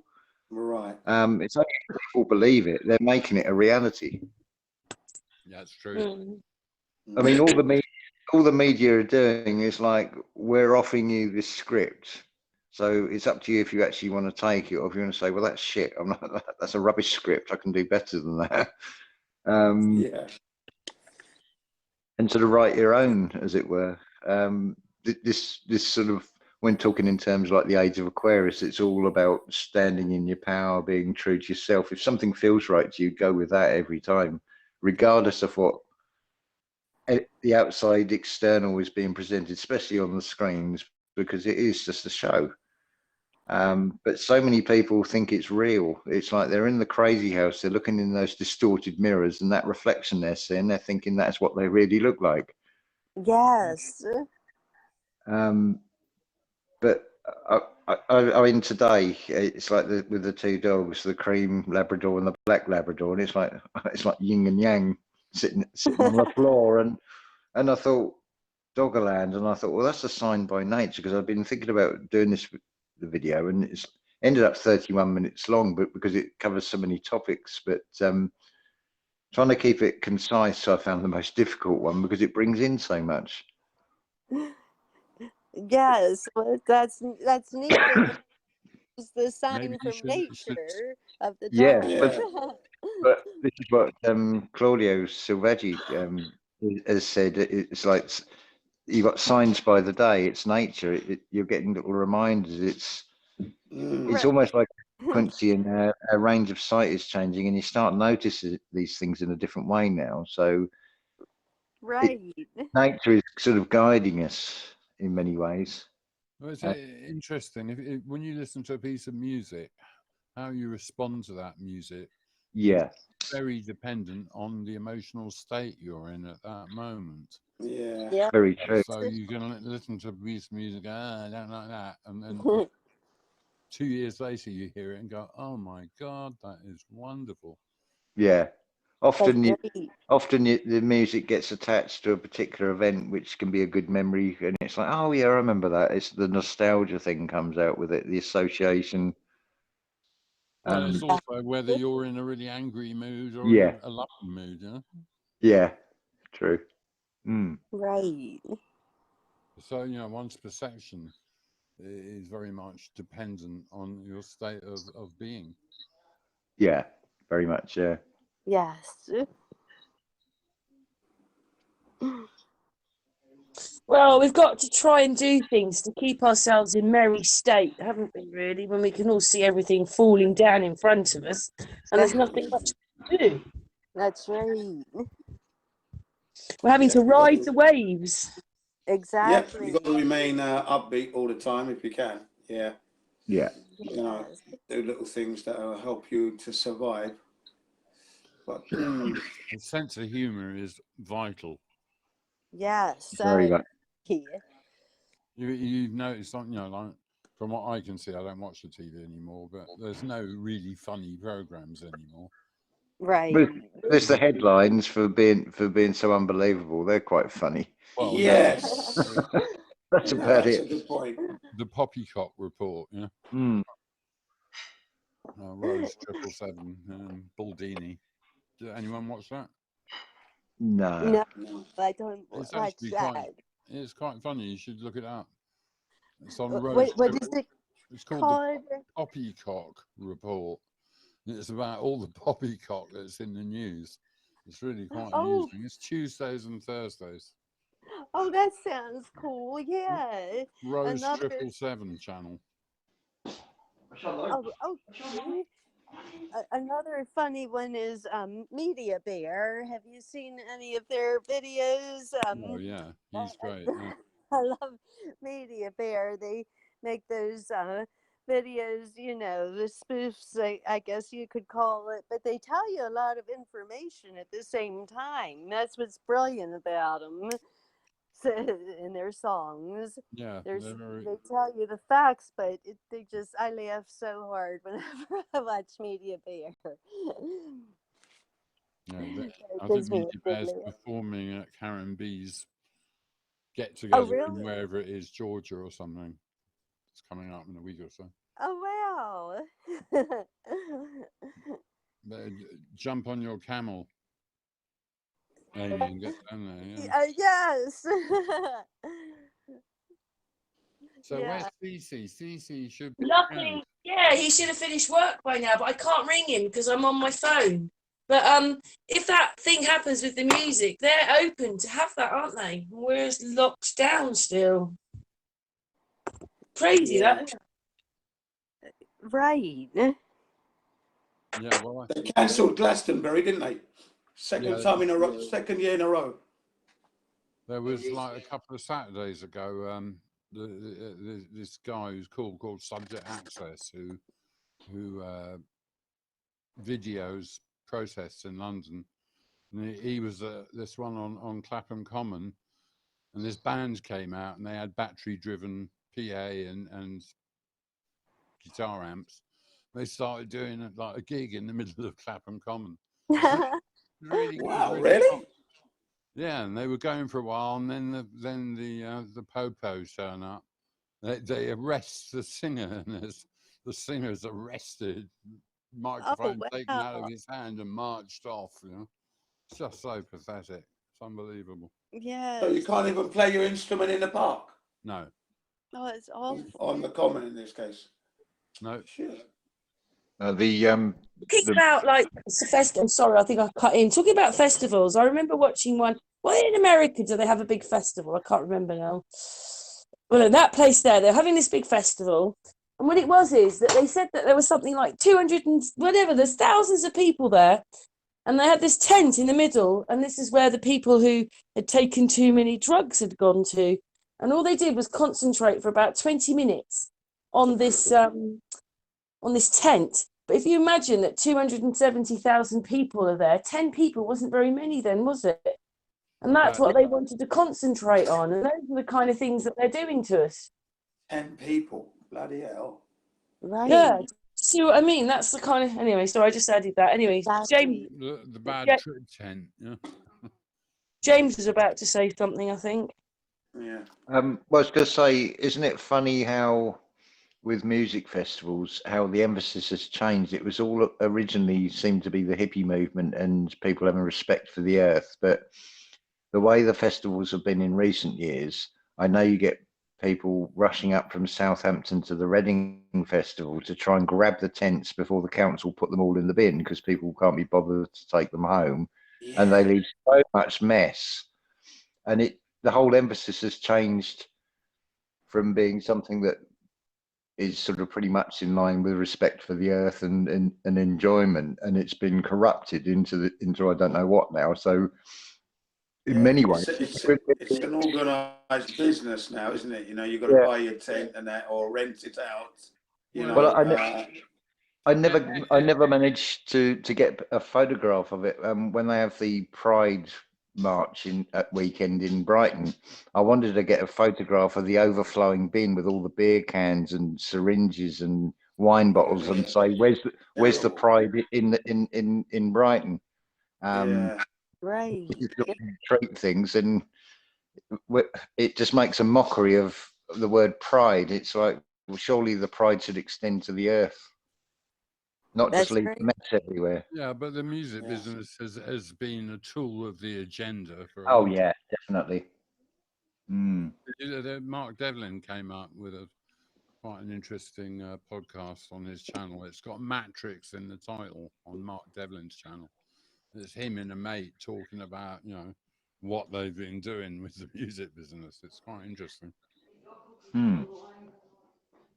And, Wow. festivals are really an arm of the music business, aren't they? Which in turn is really sort of part of Hollywood at the end of the day.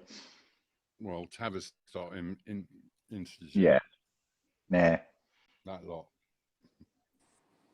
Social engineering. Mm. Yes. Has anyone looked into the research of Stonehenge being fake? I don't think Stonehenge was fake, but how they put it back together isn't right. When I've been with Marie, I think it's fake. The reason being, there's pictures of that area when it weren't there. Just go back about 100 years. Somehow, That wasn't there. they were buried under the ground, and they dug them up. Yeah. They just never put them back how they were supposed to be. Something doesn't smell right. But who knows? Who knows what it was all about? Yeah, I think Stonehenge is a fake site. It was all put up there by cranes and that. And how would, back so long ago, how were they able to cut the stones to those sizes? And how did they get them up there and mount it? Where did the stones come from? Well, how did they do stone? How did they do Avery? I just don't know. What's your thoughts by the panel then? Whether you think Stonehenge is real or not? Virtec? What, me? Yeah, do you think Stonehenge is real? Well, I remember playing at the last Stonehenge festival up on the hill, overlooking Stonehenge as the sun came down. So I'm a bit emotionally involved. Yeah.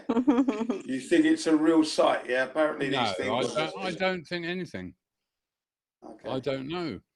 I've seen those documentaries about how the stones were either underground or they were in a different way, and they repaired them and put them up, because there's bits of concrete and stuff in the corners of some of the stones. Yeah, yeah. But whether it's real or not, who knows? What about you, James? I would go with the investigating whether that location lines up with anything astrological.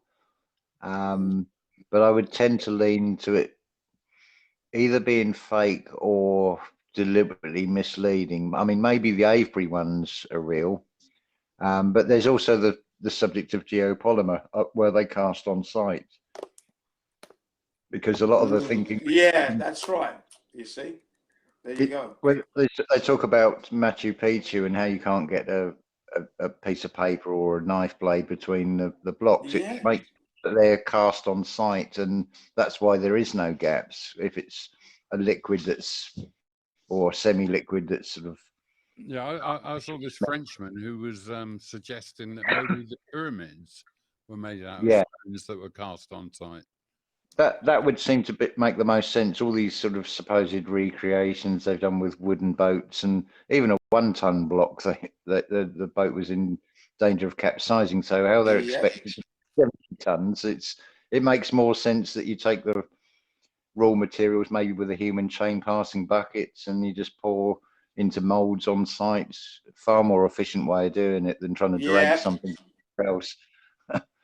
And then I think it's, well, I'd say look at Wise Up Channel. He seems to get it spot on the construction of these things, and he shows how modern construction is no different from ancient construction in principle, with the rebar and everything. What's It the seems to channel make called? sense. It's called Wise Up. Wise Up. What, one word? 2 words. He just specialises on architecture, and I think he thinks that a lot of the mountains were buildings, really, Yeah. and they petrified basically. He's lovely, Wise Up, and Wide Awake. He's another channel, so similar the names. I mean, he's lovely too.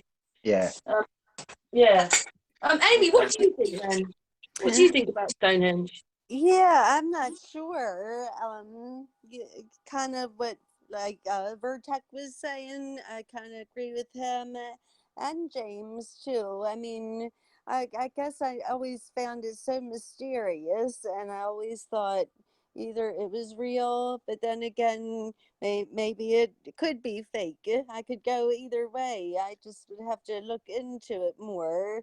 It's just always been such a fascinating subject, and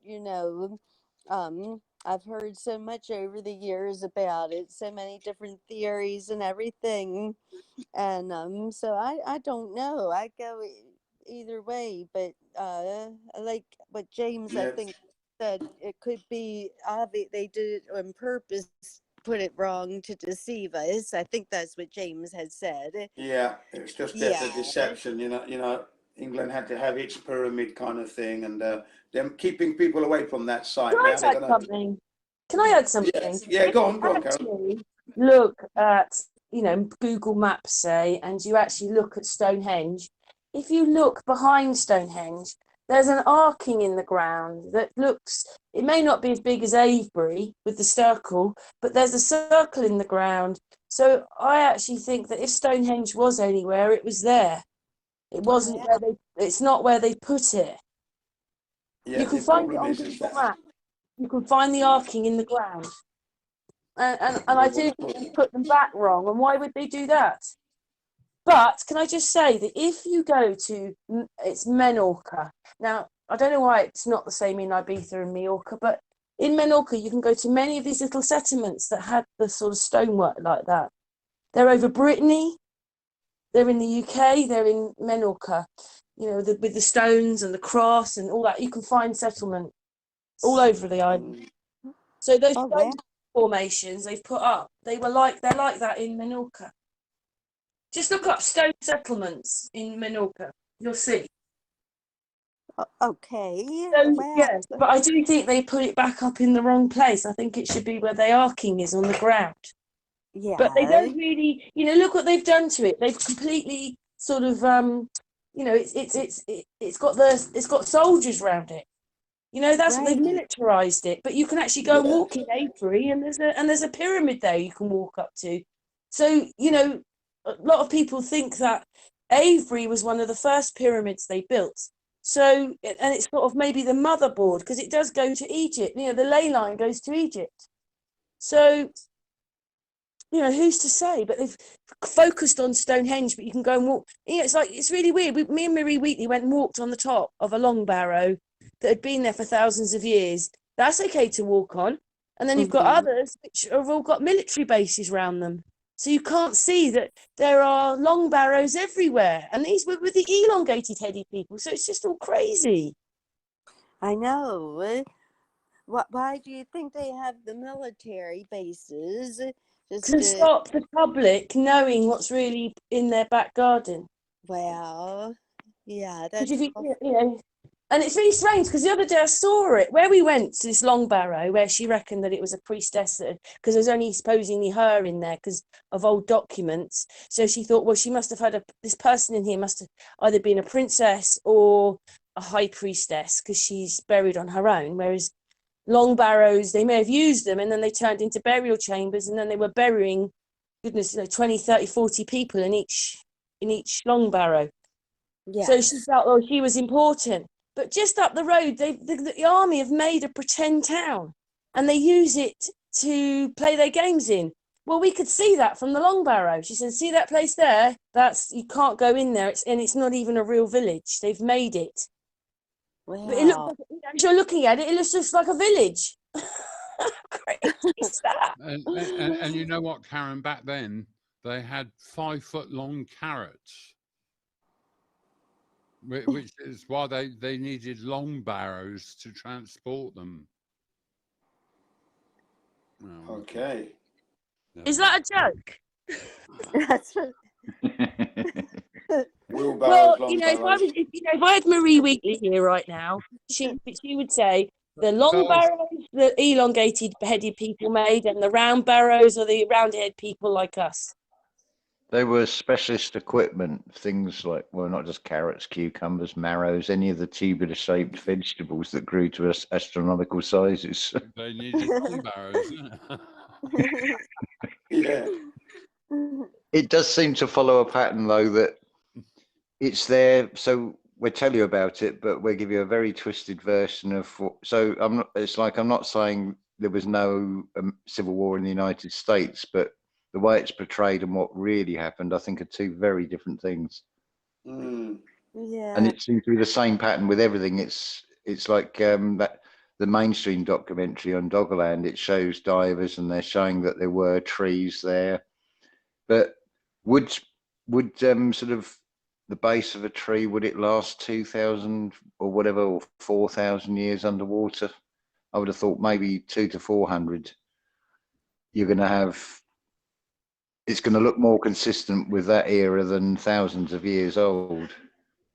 But there, Right. you know, that brings it segues into the giant trees that Yeah. you're hearing everywhere, you know, doesn't it? Well, I suggested that because of what Miriam said about it.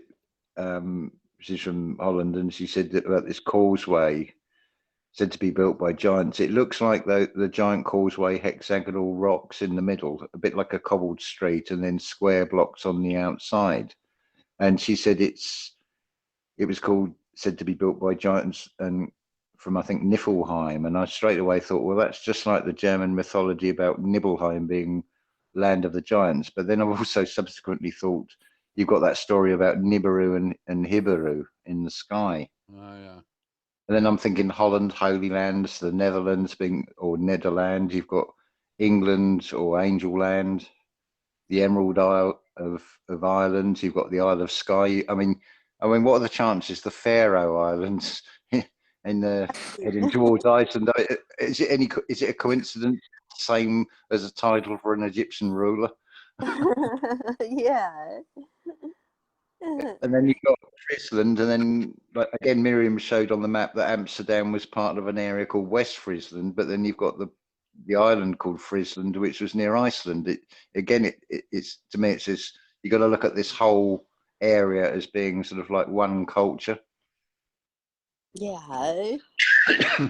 Just to go back to the space part of things and that, yeah, I noticed in the news this morning that they're trying to build up this. China and Russia are joining forces to work together and put satellites in space. And now the US are now concerned, you know. So the old what do you call it?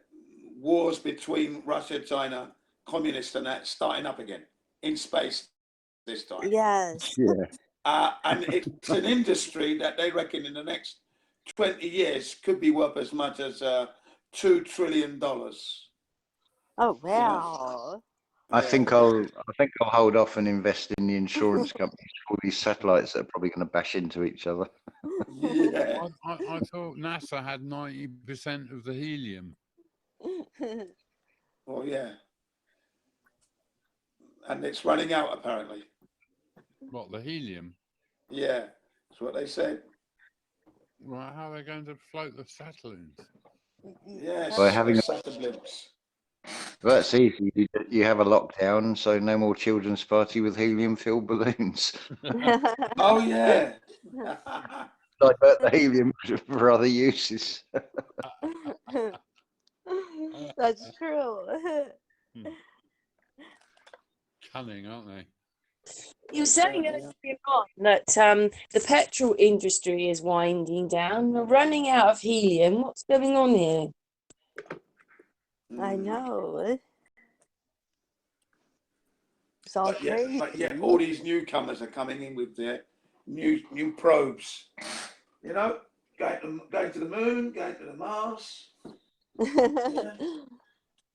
The thing is, it's another scarcity story. It's like, I mean, how many decades have we been running out of oil and coal and everything, but we never actually That's right. That's Yeah. right. Yeah, exactly.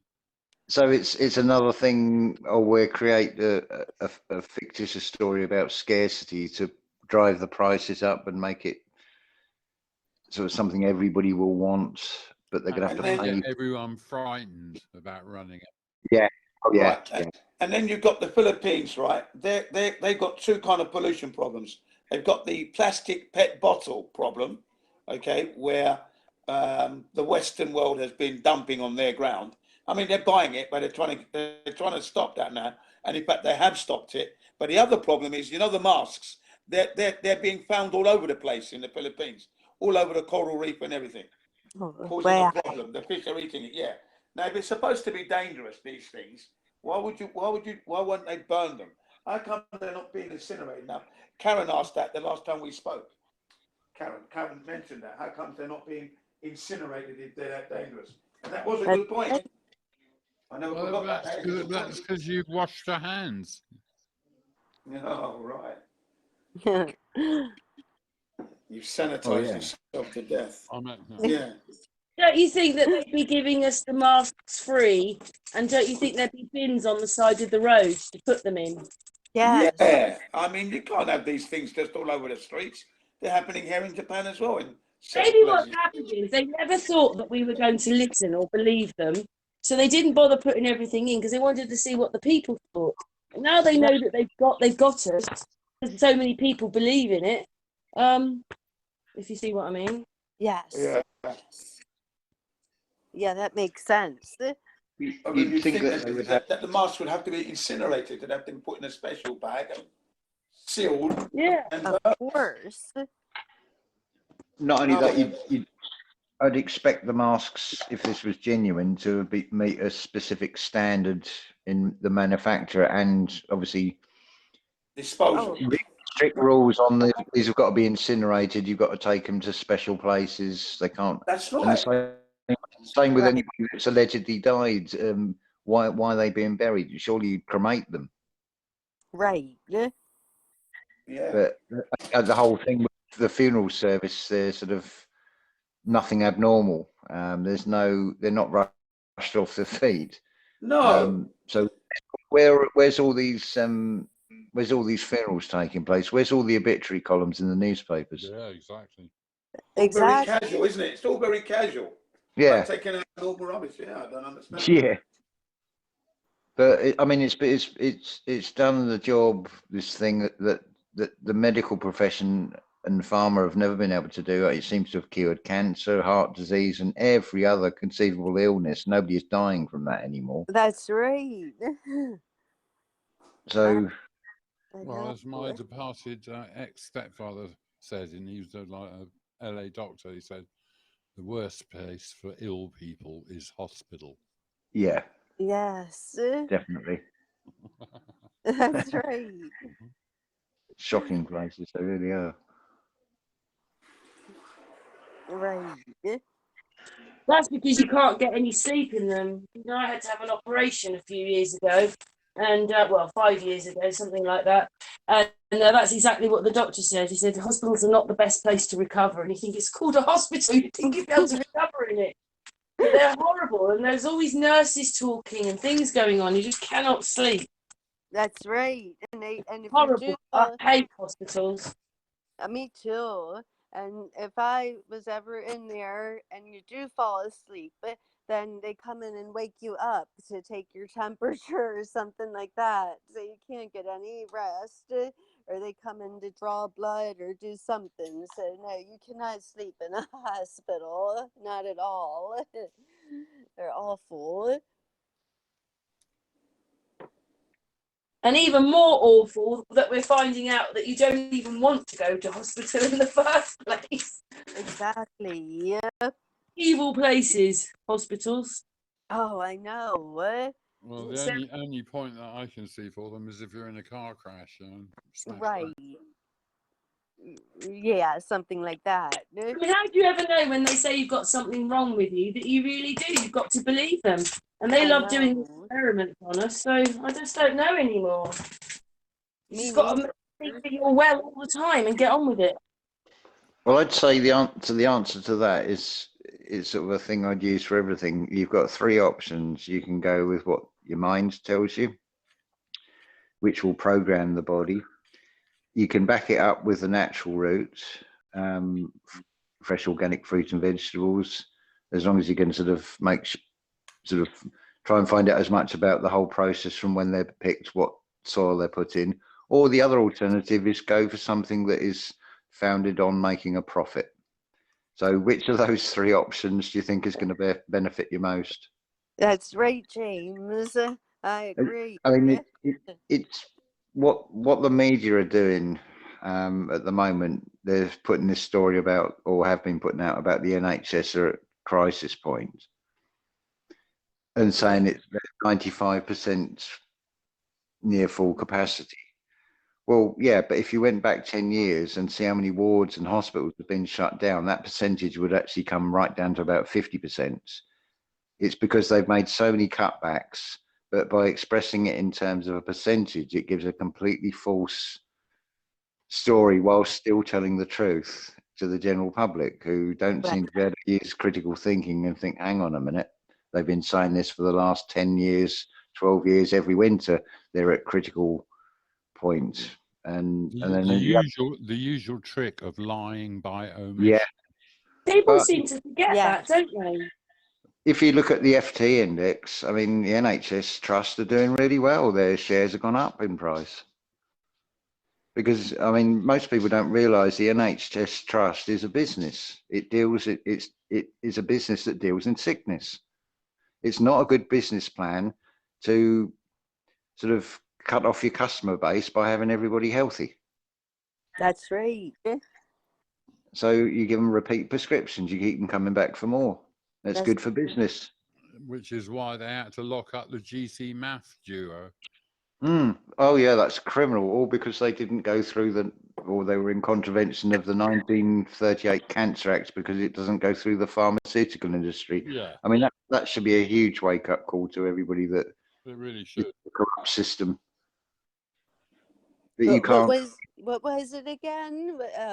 Called that It, they had to stop. I forget. There's a couple, this guy and his girlfriend, who was a nurse, and they came up with this cure called GC math, Okay. which is actually what it does is it stimulates the body to come up with its own defenses, and it was really working, and pharmaceutical industry just put the kibosh on them, threw all these ridiculous court cases at them, and even when they couldn't actually really get them in England because of the law, the French pharmaceutical companies came up with a way to get them, and the English judge extradited them to France. The worst part about it is their crime was they had cured 7,000 people who were classed as stage 3 or stage 4 cancer, where the hospital are saying there's nothing else we can do for you. You might as well just go home and die. And testimonials from these people who said if it wasn't for these two, we wouldn't be alive today. But because it's not making money for the pharmaceutical industry, it's made illegal. Exactly. So their crime is not from doing anything wrong. There is no crime except in the eyes of the tyranny that is running everything. Yeah. Right. It's really, why people can't see that. I don't know. Well, the media didn't report it. No, that's right. This is the thing. That is their version of spirituality with a medium. They've got a media. So they tell you stories, and the thing to always, with any story that you see, regardless of the source of it, is sort of ask yourself, how am I supposed to react to that? What's it trying to get me to do? Is it trying to get me to pick a side? Is it trying to lead me down a rabbit hole? It's all to sort of basically put a negative emotion inside of us. Well, Yes. it's amazing, James. Actually, I something quite often watch sort of TV series and stuff from 90s, 80s, 70s, 60s.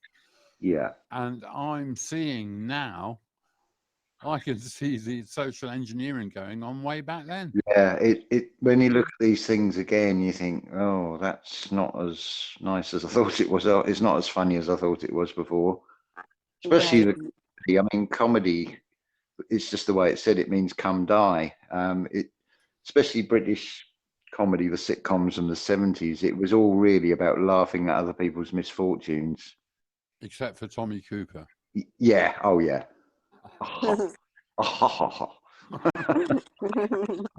He was superb, wasn't he? And he never would say a nasty thing about anyone. He was always taking the piss out of himself, wasn't he? Yeah, absolutely brilliant. I mean, even his untimely death, they thought it was just part of the act. You got to think now, he was playing another part and he was playing someone else. They all do. And this bit where you said in the 80s, Virtec, like, it wasn't my video, but this guy, Bing Crosby played Hitler, Gene Kelly was Dean Martin. I swear to God, they're the same people. That's what you're watching, is all the same people. When we were watching James Gardner in The Great Escape, all I kept saying to James was, it's Charlton Heston, look! Look, it's Charlton Heston! I never saw these things before, but I can't help it now. Cool. What have you got, Karen? Can I have some?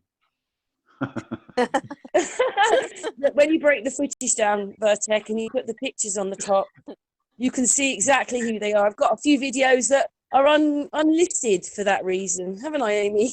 Yes, she does. That's right. Karen has a real knack for this. She can see it, and then she puts it through like a computer filter program and lines it up, and that's how you can tell. Did I explain that? I'm more interested in the scripts, and what right. There, you have to be a puppet to be employed by Hollywood or whatever. But yeah, scripts, what they're trying to put across. It's a bit like with the Twin Towers. Well, it was blown up by something. Who cares? What matters is cui bono, who benefits. Yes. But the half of the the psyop is to get everyone arguing about was it thermite or was it nuclear or was it a dew. Oh yeah, they love all that, don't they? That's why they start arguing over that, and the people who did it get away with it. Yeah, that's why they start something like queuing. Another one. Yep. That's right. And do you know what? It was a bit weird because it's like it just with me and Amy. Well, it was Gillian. She got the video. We were listening to it, and this guy said we had one of those in the 70s. 70s, wasn't it, Amy? Yeah. It was called White Dove, and they were operating from a truck somewhere. And they had got into financial difficulties, and they knew quite a lot of information, and they ran this thing from there. And you're thinking, don't people realise? How could they forget? Then there's been another one. Exactly. I don't know what it is. Like James noticed when he was here that a lot of people couldn't remember the mad cow disease, which was a really big story, which ran for a long time, but people don't remember it. But it was a bad one, wasn't it? I mean, they killed they culled all those cows. Disease. It wasn't nothing to do with them. It was the food they were giving them. It was in that. Yeah, that's right. Yeah, it wasn't the cows. It was the food they were eating. Cow was eating cow. They were feeding cow. Hey, does anyone know why it's called PMS? PMS. I remember Jacob's disease anyway. What? No, PMS, premenstrual tension. Oh, that's women. Okay, yeah, right. Well, they did want to call it mad cow disease, but it was already taken. Oh. Yeah. Funny. Hey, CC. Hey, what's happening? Hey, guys. How are you guys? Sorry I'm late. I just got out of work. I'm driving home. Just so you know, obviously the famous Jin is here, the famous Amy, the famous Hey, Jin, how you doing? Okay. Hey, we have CC, nice to hear your voice. Thank you. Very well. Good to hear your voice too, Jin. We Is have that James? James and James? Rudy, who you've not spoken to before today. Yes, we have. We did a hangout about 3 weeks ago. Oh, did we? Yeah. Yeah, the guy. That was a long time ago now. But right, great, that's good. Then you know each other. Yeah. That's perfect. Yeah, no, I know. And Amy, of course. How you doing, Amy? Okay, see. Oh yeah, and the beautiful, lovely Amy. I don't see your little thing though on the. I don't see your thing on the screen. Yeah, And I noticed James and Rudy have one eye between them. Yeah, okay. You know, I saw it when I called. Oh, there it is. Okay, yeah, I got it. All right. So how was work then, CC? CC, you've got to give up work for Lent, you know. Work. I want to give up work for flat Earth so I can do it full time. I mean, I barely have any time to do it at all. You know, it sucks. I don't know when I'm getting out. I don't know when I'm starting in the morning. Well, tomorrow I know what time I'm starting because it's 5 o'clock. That's usually about what time I find out. But, you know, it's unpredictable when you're dealing with patients. They can get out of these doctor's appointments at any time. You know, it could be 15 minutes or it could be 2-3 hours. Right. You know, and it's not, we're not we're not a taxi. We drive somebody to an appointment and then we have other people in between. I mean, it's a nightmare. I mean, but at least I'm working, so I can't complain, you know? Yeah. Yeah, that's what I told you on the phone. I said, you're working, CC. Yeah, I know. But I mean, I want to devote more time to this. You know, I barely have any time to put videos out. I just got my P1000 and I haven't even been able to play around with it, fool around with it. Oh, really? You know? Yeah. I just got, I got it a couple of weeks ago. It's been sitting in my living room. Well, you lucky man. Yeah. You don't take it to bed with you? Yeah, I should. The way how much money I spent on it. It only took me 2.5 years to save up for it. Yeah, it's ridiculous. Wow, they're really big and heavy. Well done, CC. I want to see your photographs. Yeah, no, you'll see them. Well, it's starting to get warm here. We're breaking out of winter, thank God. It was just like, it's actually 51 degrees right now. That's a record. Yeah, I hear you need an industrial tripod for those things. Yeah, the tripod cost about $120. The one that came with the package sucks. It's not bad. I'll probably use it on the beach, you know, but it's not a tripod I would shoot the moon or the stars with. It's just going to shake too much, you know. So I just ordered that through Amazon. That should show up in a couple of days. I had no choice. I had to buy it off Amazon. Wow, nice. I remember the excitement when Amanda GT got her P900, got out there shooting. It was all very exciting. We made a video of it. Yeah, I used it in the kitchen the other day. Mine's the P1000, so it's not too much different. I think it's a little bigger and bulkier. Oh, it's a lot bigger. It's a lot bigger. Oh, is it? All right, because I mean, I remember the P900, but I really didn't have it for very long. I only had it for a short time. It's a piece of machinery, they are. They're quite big things, I think. But I hear that's incredible. The CCG is the same size as the P900, though. Yeah. I don't think I can zoom in any more than a P900. I think it's pretty. You can. The optical zoom is better on it. Oh, all right. I find it better. It's easier to download videos and stream. I can stream on that camera. Better software, hardware, Yeah, that's what I found out. So I'm gonna start stream. Like if we do a show and I can,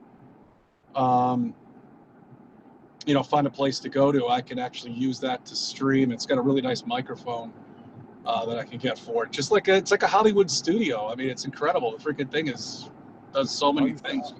I just updated OBS and I was looking at all the new stuff on OBS. And there's a website called obs.ninja. Okay. Go to that on your on a computer, and it free gets you all connected up to any system that you've got, Oh, really? Okay. We'll probably connect directly up to it, and then Yeah. that comes up with a URL that you can paste into OBS and start streaming. And start streaming. Okay, that's how you do it. All right, excellent. Look up Because I was obs.ninja. .ninja. Okay. Karen, are we live? No. Are you recording this? I am recording it, but we're not live. Oh, okay. Okay. All right. No problem. No, I'm driving. I can't write that down, but I'll replay it and I'll get it from James. But yeah, no, I'll look. Definitely, that's how I'll live stream. So I can live stream anywhere as long as I got my phone with me. Virtec was the one that said. It's quite confusing today. When I add up the people, there's 1, 2, 3, 4, 5, 6, there's 7 of us. This is quite a big hangout tonight. 7 of us on this one. Well, 6, but James's friend was there, so that's 7. Cece, have you got a Skype address? Yeah, I do, but I haven't used it in such a long time. Oh, you disappeared. I don't know what the hell it is. Shit. Can't hear you, Hold on 1 Cece. second, guys. I just gotta get this. Okay. I think it's because someone rang him. He'll be back. Yeah. Oh, am I back? Okay, the phone just rang. Oh, we're back. That's it, back, yeah. Say again, Virtec. Yeah, Virtec? If you had a Skype address, I would hit you up on it and put it in the chat. Oh, no, it's all right. Yeah, you can send it on Hangout. That's fine. Karen will send it to me. Karen, I'll put it in our chat and you can pass it on to him. I will. All right. Yeah, so I mean, it does. I'm looking forward to getting out there. I really want to get the moon. If I could get, what Crow 777 got, those ripples, the waves, that would be amazing. I'm getting another thing for the camera, the Star Trek. What it does is it follows the stars and the moon, so you don't have to do anything. It just does it itself. But that's you just set it's a little expensive though. Yeah, I know. A few years ago, Dave. Thanks, Virtec. Dave Marsh got me a camera, or gave me a camera, and it's brilliant. It's a Coolpix 36, so it's not a P900, but it's in the family.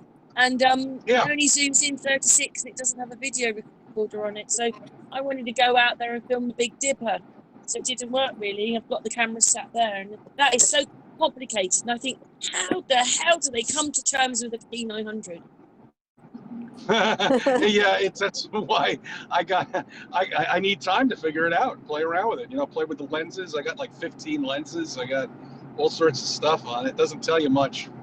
It gives you a handbook, but a handbook's like 500 pages long. If you wanted, CC, say for instance you don't get it, I can make sure that I can get you in contact with Robert Force. He'll explain it to you because he uses one. I'm not saying he's the only one, but Robert will have time to explain it to you. Oh yeah, sure. I believe me, I welcome it. Definitely. I'd rather take stuck, I'll ask Robert. I've just looked it up. CC, I've just looked it up. You've got 125 times optical zoom on that. Yeah. Wow. Yeah, it's 125 3000, I think, millimeter. Says on the camera. Yeah, 125 3000. That's what it says on it. Yeah. Because I just want a camera where I go zoom, fire, zoom. That is a serious zoom. And that camera, with all the program, I just couldn't come to terms with my own one with all the things to do. It was just incredible, and that was a Coolpix. Yeah, no, the whole Coolpix family actually they're pretty complicated cameras, even down to the. Yeah, but they're really good though. They're really good. Yeah, they're good. And good value for money as well. Yeah, no, you do. I mean, with that thing, I threw my telescope out years ago. That's my new telescope, for crying out loud. That's all you need. Yeah. I mean, these things. Yeah. That's it. What it is. It's a telescope. CC will be on the moon, won't you, CC? That's right. I'm going there. You'll see me. I'll bring you up there for fun. No worry about that. Actually, CC, we should book you a ticket on the next Mars expedition. Oh, I can't wait. I can't wait. I can't wait to go to something that doesn't. No, because he won't be going anywhere except in the sea. I don't want CC to be dumped in the sea. That's true. That's right. That's where they're going. Hey, did you hear about Russia and China are Yeah, now they're gonna do a base on the moon. Did you hear about that one? Oh, it's gonna be great. that's right. That's right. I can't wait to see those CGI pictures. I know. I mean, the China had the worst ones ever. They didn't even try. It was so bad. Don't tell me they still have that live cam going on the dark side of the moon. I mean, because that was just priceless. Notice that they haven't published any images either. No, It's just so bad. You know, well, they had that live cam orbiting the moon, and they were streaming it for a while. Before all this COVID stuff, it was a while ago. I don't know if they're still doing it. I have no idea. I used to get a kick out of it. I used to troll it a lot, go in there, but then I got kicked out. They booted me out of it. That's cool. So how's everybody been doing? I mean, you know, with this whole lockdown and everything, and I mean, because everybody's calling from different countries. I know, Jin, what's it like out there? And you know, God damn it, the phone keeps ringing. Uh-oh.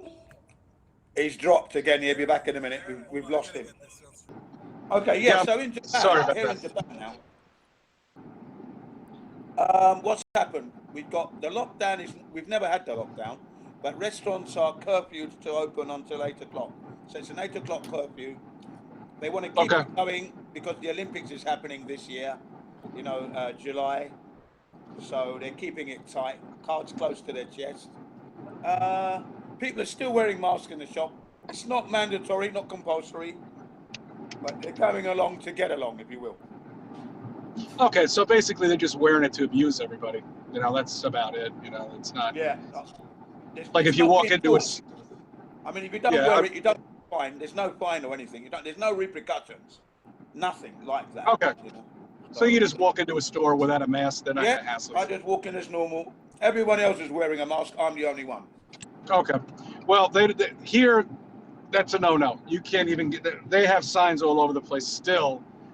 No mask, no service. Yeah. Same here, CC, in Maryland, in Baltimore. Even in Maryland. Maryland. Unbelievable. Awful. My daughter was at a place listening to music, and there was a young man with Down syndrome there, and he wasn't wearing a mask. And an attorney approached the owner and told the owner if he didn't make that young man put a mask on and make sure everybody was putting a mask on, that he was going to have a lawsuit and he was going to auction off this man's business within 4 days. So the owner went and got a bouncer to go over to everybody and, you know, like the mask police, and make sure they had their mask on. And it upset the young man with the Down syndrome so much that his mom had to take him out. They had to leave. I just thought that was horrible. They are just mask police here. It's horrible. It's not law though, is it? No, I think it's just mandates. Like it's not. It's a. What was I going to say, Amy? Well, Karen, it's a mandate here, which means if you don't follow it, the business will get sued. You can't get in trouble. The business will get sued. So the owners are worried about getting sued. Yeah. So they are just, that's it. You're not coming in without a mask. So that's what it's like here. It's not actually a law for people, but you know, all you got to do is just hit the business. That's it. Hit him where it hurts, the pocket. And that's discrimination in itself, isn't it? Surely. Absolutely. And the corporations are all going through with it too. It's bullshit. I'd throw the lawyer out. The lawyer would have to go. As Amy said, just throw the fucker out, man. Yes, you know? if I was the owner, I just I'll see you in court. Elsewhere. But he was very alarmed. The owner was so alarmed. And there's another local restaurant where they're being mask police because apparently the guy has already gotten 4 fines for people coming in without masks or whatever, not wearing them properly. But my daughter, she's rebellious. She doesn't believe in the masks and everything. She was livid over the incident with the young man. Yeah. And I can imagine. She put her mask on top of her head because if you walk away from your table, like to go to the restroom, you have to have the mask on. So she stuck it on top of her head. Good for her. Yeah, she. The bogeyman or the bacteria attacks you in the toilet, but doesn't attack you in the restaurant when you're eating. Right. No. And drinking too. Is you can drink. Don't worry about it. It's not going to get you then. But it's just when you're walking around, you know. Yeah. Or even standing up at these places, they tell you like if you stand up to dance or something, then you better have your mask on. I went out on New Year's Eve. It's control. That's all. I mean, So you're dancing they've got not cheek to cheek, but mask to mask. I see. Right. Well, I went out New Year's Eve and I didn't comply with the masks, but they weren't being too militant. But yeah, when I was dancing, I did not. I said, I'll be darned if I'm putting a mask on to dance. It's ridiculous. And I got hollered at. Some people got hollered at, but they didn't mess with me. they were afraid to mess with me. Anyone shouts at me, I'll just tell them to F off. And, with some clean adjectives so they could understand. Right. Get out of here, you scumbag. Ooh. Yeah, and Virtec, what's it like? Huh? Sorry? What's it like where you are, Virtec? What's? Well, I have a small local store that I go to where I don't have to wear a mask and they don't, and it's all cool. And I've been just leaving the big stores out. Can't be bothered with it. And on the street here, I suppose it's actually got worse in the last 2 or 3 weeks. Maybe about 50% of people wearing masks. Right. It's still called that 50% are not wearing masks, which is a good thing. Yeah. Yeah. Right. Well, it depends on where you are in New York. If you're in Westchester, you're wearing a mask, even if you're walking your dog or taking the car out for a spin. That's how it is here. That's why I hate it here. Yeah, same here in Baltimore. It's depressing. That's New York, is it? Well, the further northern you go in New York, they don't really give a shit. But right. The further if you get closer into the city, the closer you are to. I'm 20 minutes outside of the city. Right. So we got a lot of paranoid people that are there, and it's just depressing seeing, just humanity fall apart. Yeah. I did a quick video on this woman. This was actually almost an hour outside of the city. She had her mask on. She was walking into a store, and there was a woman walking out of the store. The woman that was walking out of the store had her face mask on, whatever, but she started coughing. Just a regular cough. It was like a smoker's cough. Nothing to worry about. She froze, the woman who was walking into the store, and she looked around. She really needed somebody to tell her what to do. Should I walk into the store now? Or maybe I should wait here for like a half an hour so the COVID goes away and disappears. That's the look she had on her face, and I'm like, holy shit, has humanity gotten this bad? Yeah. I know. They just don't know, do they? It's unbelievable. It makes sense. Like if you're sitting down on the beach, you're at risk. If you're sitting in a seat in a restaurant, you're not at risk. But if you stand up, you're at risk again. So this thing must go in layers. Right. How come the children can be back at school? The children have gone back. How does that happen?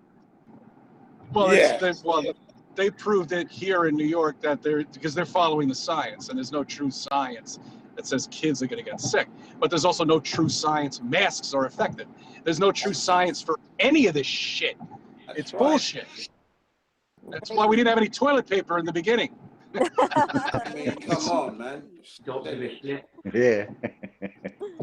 Yeah, I'm sure if they put out a bulletin saying the virus couldn't survive below 3 feet, everyone would start crawling around, wouldn't they? Yes. Absolutely. They'd jump off the bridge. Everybody would start doing it. Just put it on CNN. They'll jump off. Don't worry. Right. Yeah, well, here in Japan, we had our first death. Here in Japan, from the vaccine, Pfizer BioNTech, last Monday. last Monday, a woman died. She was 60-something years old. That's pretty young. She was a very fit woman. She was perfectly okay. Took her regular medical checks. Healthy. No medical conditions. Nothing underlying. Took the vaccine and dead in 3 days. Oh. Friday, Saturday, Sunday, Monday, she was dead. Brain hemorrhage. Oh. And the news reporter said they still haven't made a connection to the vaccine yet. Well, what else would have she died of? I mean, really? And she had no other occurring conditions or any other... Nothing. Yeah, That's and she was in the 60s. Healthy. I was talking to a man in the laundrette as well. What is it? Funny enough, Monday this week, I'd gone for a jog, got back to laundrette, and an old man came coming in as I was going in. He said, "Aren't you cold?" And I said, "No, why?" He goes, "Oh, it's cold today." I said, "No, it's warmer than it's of late because I've been out here when it's -8. So no, this is warm," I said to him, and he was laughing, okay? Then I asked him, you scared of the virus, are you? And he said, "Yeah." You know, and I asked him, "Why?" And he said, he stopped to think first. And he said, "Well, I mean, many people." And then he said, "Well, many people are dying." I said, "No. How do you know this?" Yeah, I said, "Think about it. How can this thing survive the heat, the cold, and the rain?" The cold and the rain. How's it and the snow. Come on. Don't forget about the snow. And the snow. Right. I mean, come on. How is this thing? And it's India. So I said to him, from your house to this laundrette, what? It's waiting for you to get you. It's just so stupid. It's such common sense. I can't believe common sense has just been thrown out the fucking window with these people. And then I went on to show him the mask and how they didn't work, okay? Right? I showed him how the masks work, how ineffective the masks were. And then he asked me, "Are you going to get the vaccine?" I said, "I'm not. There's not. Why would I? I'm healthy. I've got nothing wrong. I haven't been sick in over 36 years." He was 60. I know. I said, "So why would I do that? Why would I put something in my body?" And I said, "Do you know what I asked him, "Do you know what the ingredients are?" He says, "No." I said, "Neither do the doctors. The doctors don't even know. The doctors haven't even seen the thing in a petri dish. They haven't even seen it under the microscope. No one has all over the world." And with can you, Jin, can you access newyork.gov from your computer? I can do it on my mobile phone, yeah? Okay, all right, yeah, you can do it on that. Go on there. The CDC actually has somewhere on newyork.gov, they list everything that's in there. Whether they're listing everything, who knows? No. But they're just, whatever they want people to think is in there, they've actually listed it. Now, I went through this, and you'll never understand any of it. I mean, you got 50-cent words of shit that I've never heard of before in my life. Right. But it's not just like, it's literally, if you look on the back of a package of Oreo cookies, if you think that's a lot of ingredients, check out what people are pumping themselves up with. It's almost a half a page long. Oh, do you know what I think as well? When they start talking about some of the things that are in the vaccine, it sounds like what they're putting people to sleep within prisons. I just think, right. they sound very similar. They're putting them to sleep. Do you think anything is cooked up with the 5G network, though? I mean, do you think there could be a possible chance that they could be pumping in bits and pieces, possibly, of something else? And then once they click on that 5G network, because I think we are. I think we're like, I think it was before you came on. I said it's almost like we're Blade Runners. If they can learn to switch us off, then they've done it. Yeah. Well, I've got a lot of people complaining about, this 5G network. I haven't seen it myself, but they're getting a lot of heat flashes at night and in the morning when they're waking up. I haven't really experienced that. So, I go back to what people are saying, that they're like cookers. That's what they consider them. They're like frying us or something. But I don't know. I'm wondering if it has any connection. Every day we're walking through all these different frequencies, radio ones. Some of them are going to be television ones. We've got telephone ones. We've got all these frequencies going through our bodies all the time anyway. Yeah, and I agree. That's why I don't know if there's a connection with that in the 5G network. I think they're just rolling out the 5G network because, hey, look, people want faster internet, but I don't think it's safe because people are putting Geiger counters It just or seems whatever. really strange that they put this Well, whole system out and they've not really checked it, and they keep rolling it out. Number 1, number 2, Yeah. number 3, number 4, number 5, and they're getting away with all that. I just don't understand it. And yet, you know, like we've got all these sort of rules and regulations we're supposed to live by, and it's just all is rubbish. All of it's rubbish. Yeah. In my building, it's a brick building, and back in the day, I guess when we were on maybe the 1G network or maybe 2G network, I don't remember because nobody ever really paid attention to it. They didn't know they were on 1G or 2G. Who gave a shit? People didn't really start noticing it until it was like 3G. But anyway, what I was explaining is I couldn't make a phone call in the bathroom.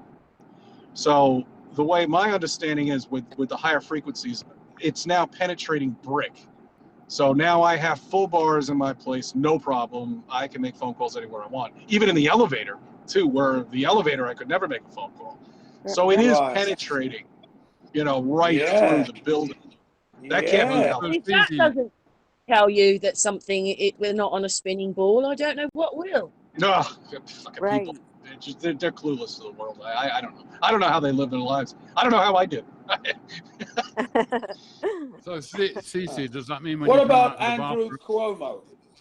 Oh, don't get me started with that. Whoa. Don't get me started with that scum fucking bastard.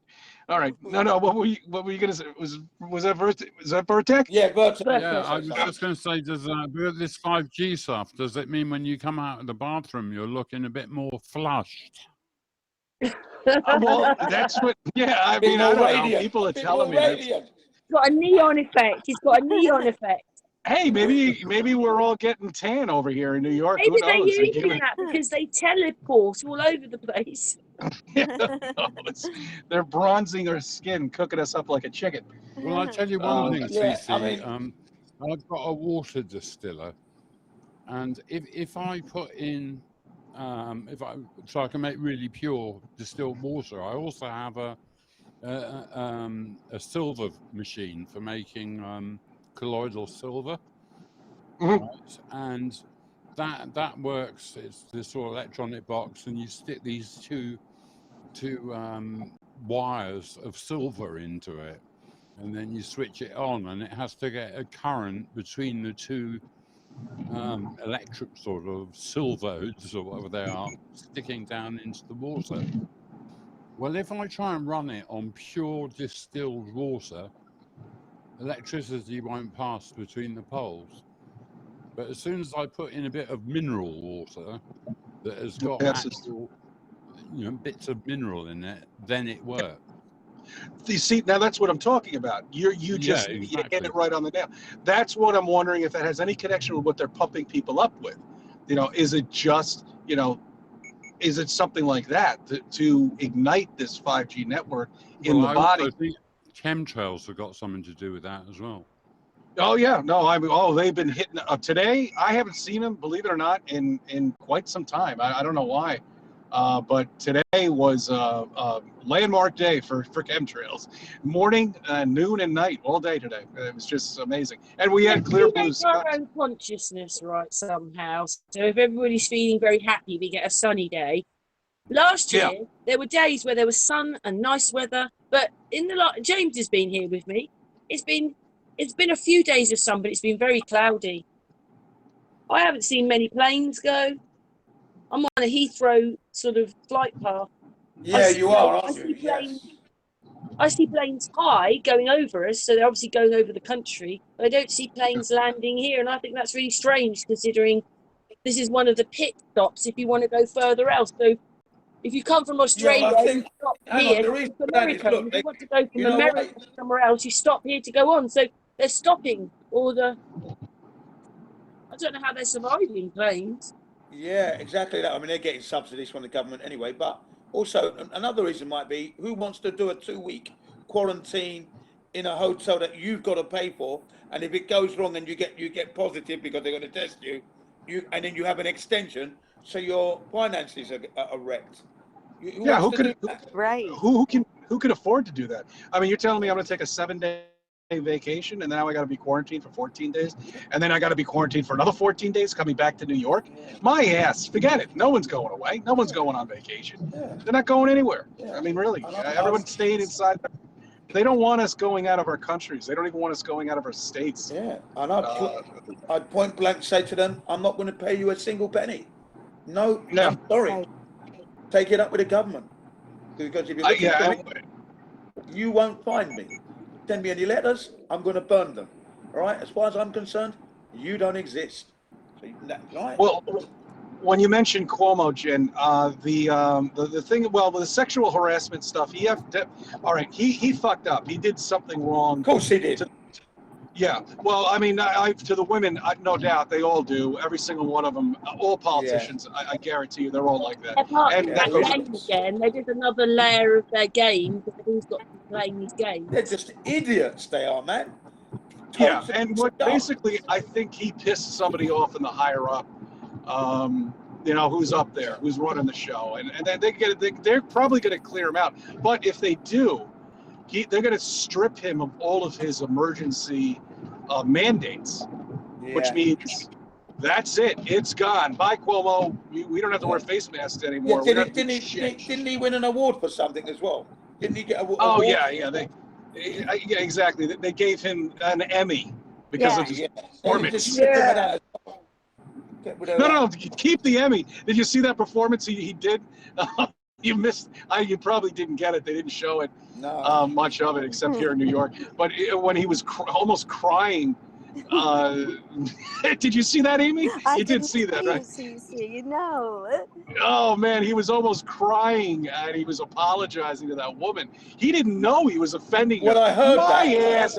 You pardon my French. You put your hand on somebody's chest. You've offended that person, you fuck up. I'd love to strangle that idiot. Jesus Christ. What an Someone idiot. was telling me that he plays other parts, so maybe that's why he got his acting part. It wasn't really for promo, it was for the other one. Cameo. Well, he goes way back. His dad was, the whole family's been in politics forever. That's how they all are, you know. Yeah, I knew he was dodgy from the moment I heard his name and saw his face. I said, this guy, his eyes are too close together. Can't trust him.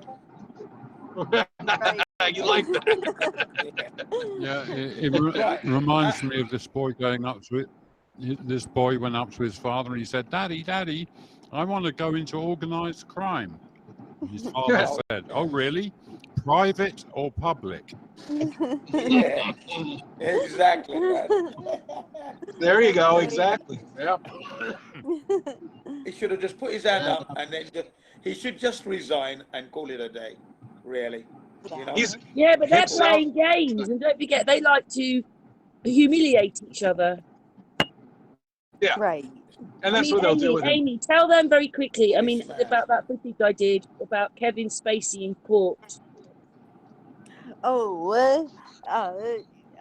Which one was that, Karen? Kevin Spacey, where that guy was walking through him. Yes, yeah, you could tell that they weren't even really there. It was like CGI. Really? What was this?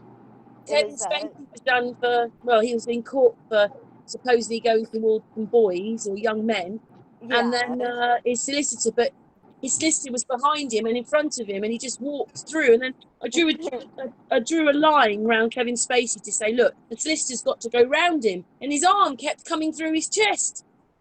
Yes. That's bizarre. You did a video on this, Karen? Yeah, I did it a while ago, and then I uploaded it. I don't know if I uploaded it again. I think I took it off and uploaded it again because I just think that was such brilliant footage to show what they do to us. And I don't know what they're doing. I don't know how they're doing this, but there are people in the audience. That's why I don't make any sense to me. They're not real. They're just they can't be. And do you know what? Even when I'm looking at the 1800s, because obviously me and James have broke down a lot of all that, and that's not real. You can see everybody's been put in. It's lots of little bits of footage. They obviously had a lot more technology before they said we did. You know, they're far more advanced than they're telling us. Well, yeah, you Photoshop the moon, and on the picture, the Apollo 11, it's copy and paste, and that was back in '69. You know, I mean, we could Photoshop that now real easily, but no problem. But 1969, they didn't have much back then. No, No, they didn't. But They- they had they- enough to call everyone, though. Well, they tell you that, but they were doing things all along anyway. They were doing it all along. Like I said, Bing Crosby played Hitler, so they were already doing it in the 1920s and the 1930s. Yeah. Yes. Yeah. No. Yeah. I mean, you got to look at the technology because I know they're advanced. They've got technology that we're not going to see for 20, 30 years. But I mean, look how I amazing don't now think an it's iPhone Well, is. they reckon If they're we've got, 20 if years we've ahead got of that us. technology, what have they got? Yeah. That's Well, right. Yeah, they're saying that NASA and the like and the government, they're 20 years ahead of us. We have to yeah. I don't assume doubt it. that they're 20 years ahead of us. Yeah. I don't doubt that at all. And they're just trickle out technology. You know, That's what absolutely. I'm- Well, we read should that be yesterday. well beyond what we are, especially with cameras. We should be able to zoom in and look at the flag on the fucking moon right now. But you can't because it's not there. But It's you not should be there able anyway. to. You get blinded You know? if you try anyway. Exactly. And that's why. But we should be able to see that by now. With the P1000, I don't know. With the Nikon, I can see the craters. I tried it. I did it the other day. It was Great very camera. shaky. Yeah, But yeah, you Yeah, just got to that's get it on a because it's proper not very tripod. far away and it's not that big. And so when you start zooming in with these cameras, everything's shaky because it's not very far away. no, it's not. And Karen, let me tell Yeah, you and something. it's the atmosphere as well you're looking through. Yeah, you got the atmosphere too. But I tried to zoom in on a mountain that must be, I don't know, a couple of 100 miles away, and it was getting grainy. And now I'm zooming in on the moon, and I'm looking at a clear HD picture on a crater. You know, Is that so because you don't have that? You know, I've been talking. I had a hangout with a plain truth before this. It's really into the mirroring effect. In the daytime, you've got you can see the water differently, and the water in the air is different. So it causes this mirroring effect and all sorts of things. But at night time, you're looking up. You're not looking across. It's different when you look up, and the sky's bigger, isn't it? You can see for further than you can on land. yeah, I'm gonna say yes to that. But the one problem is the day that I looked at it. There's one place on I-84 where I live, Highway I-84, and it overlooks the Catskill Mountains. The Catskill Mountains from that area, I looked on Google, are over 250, 300 miles away.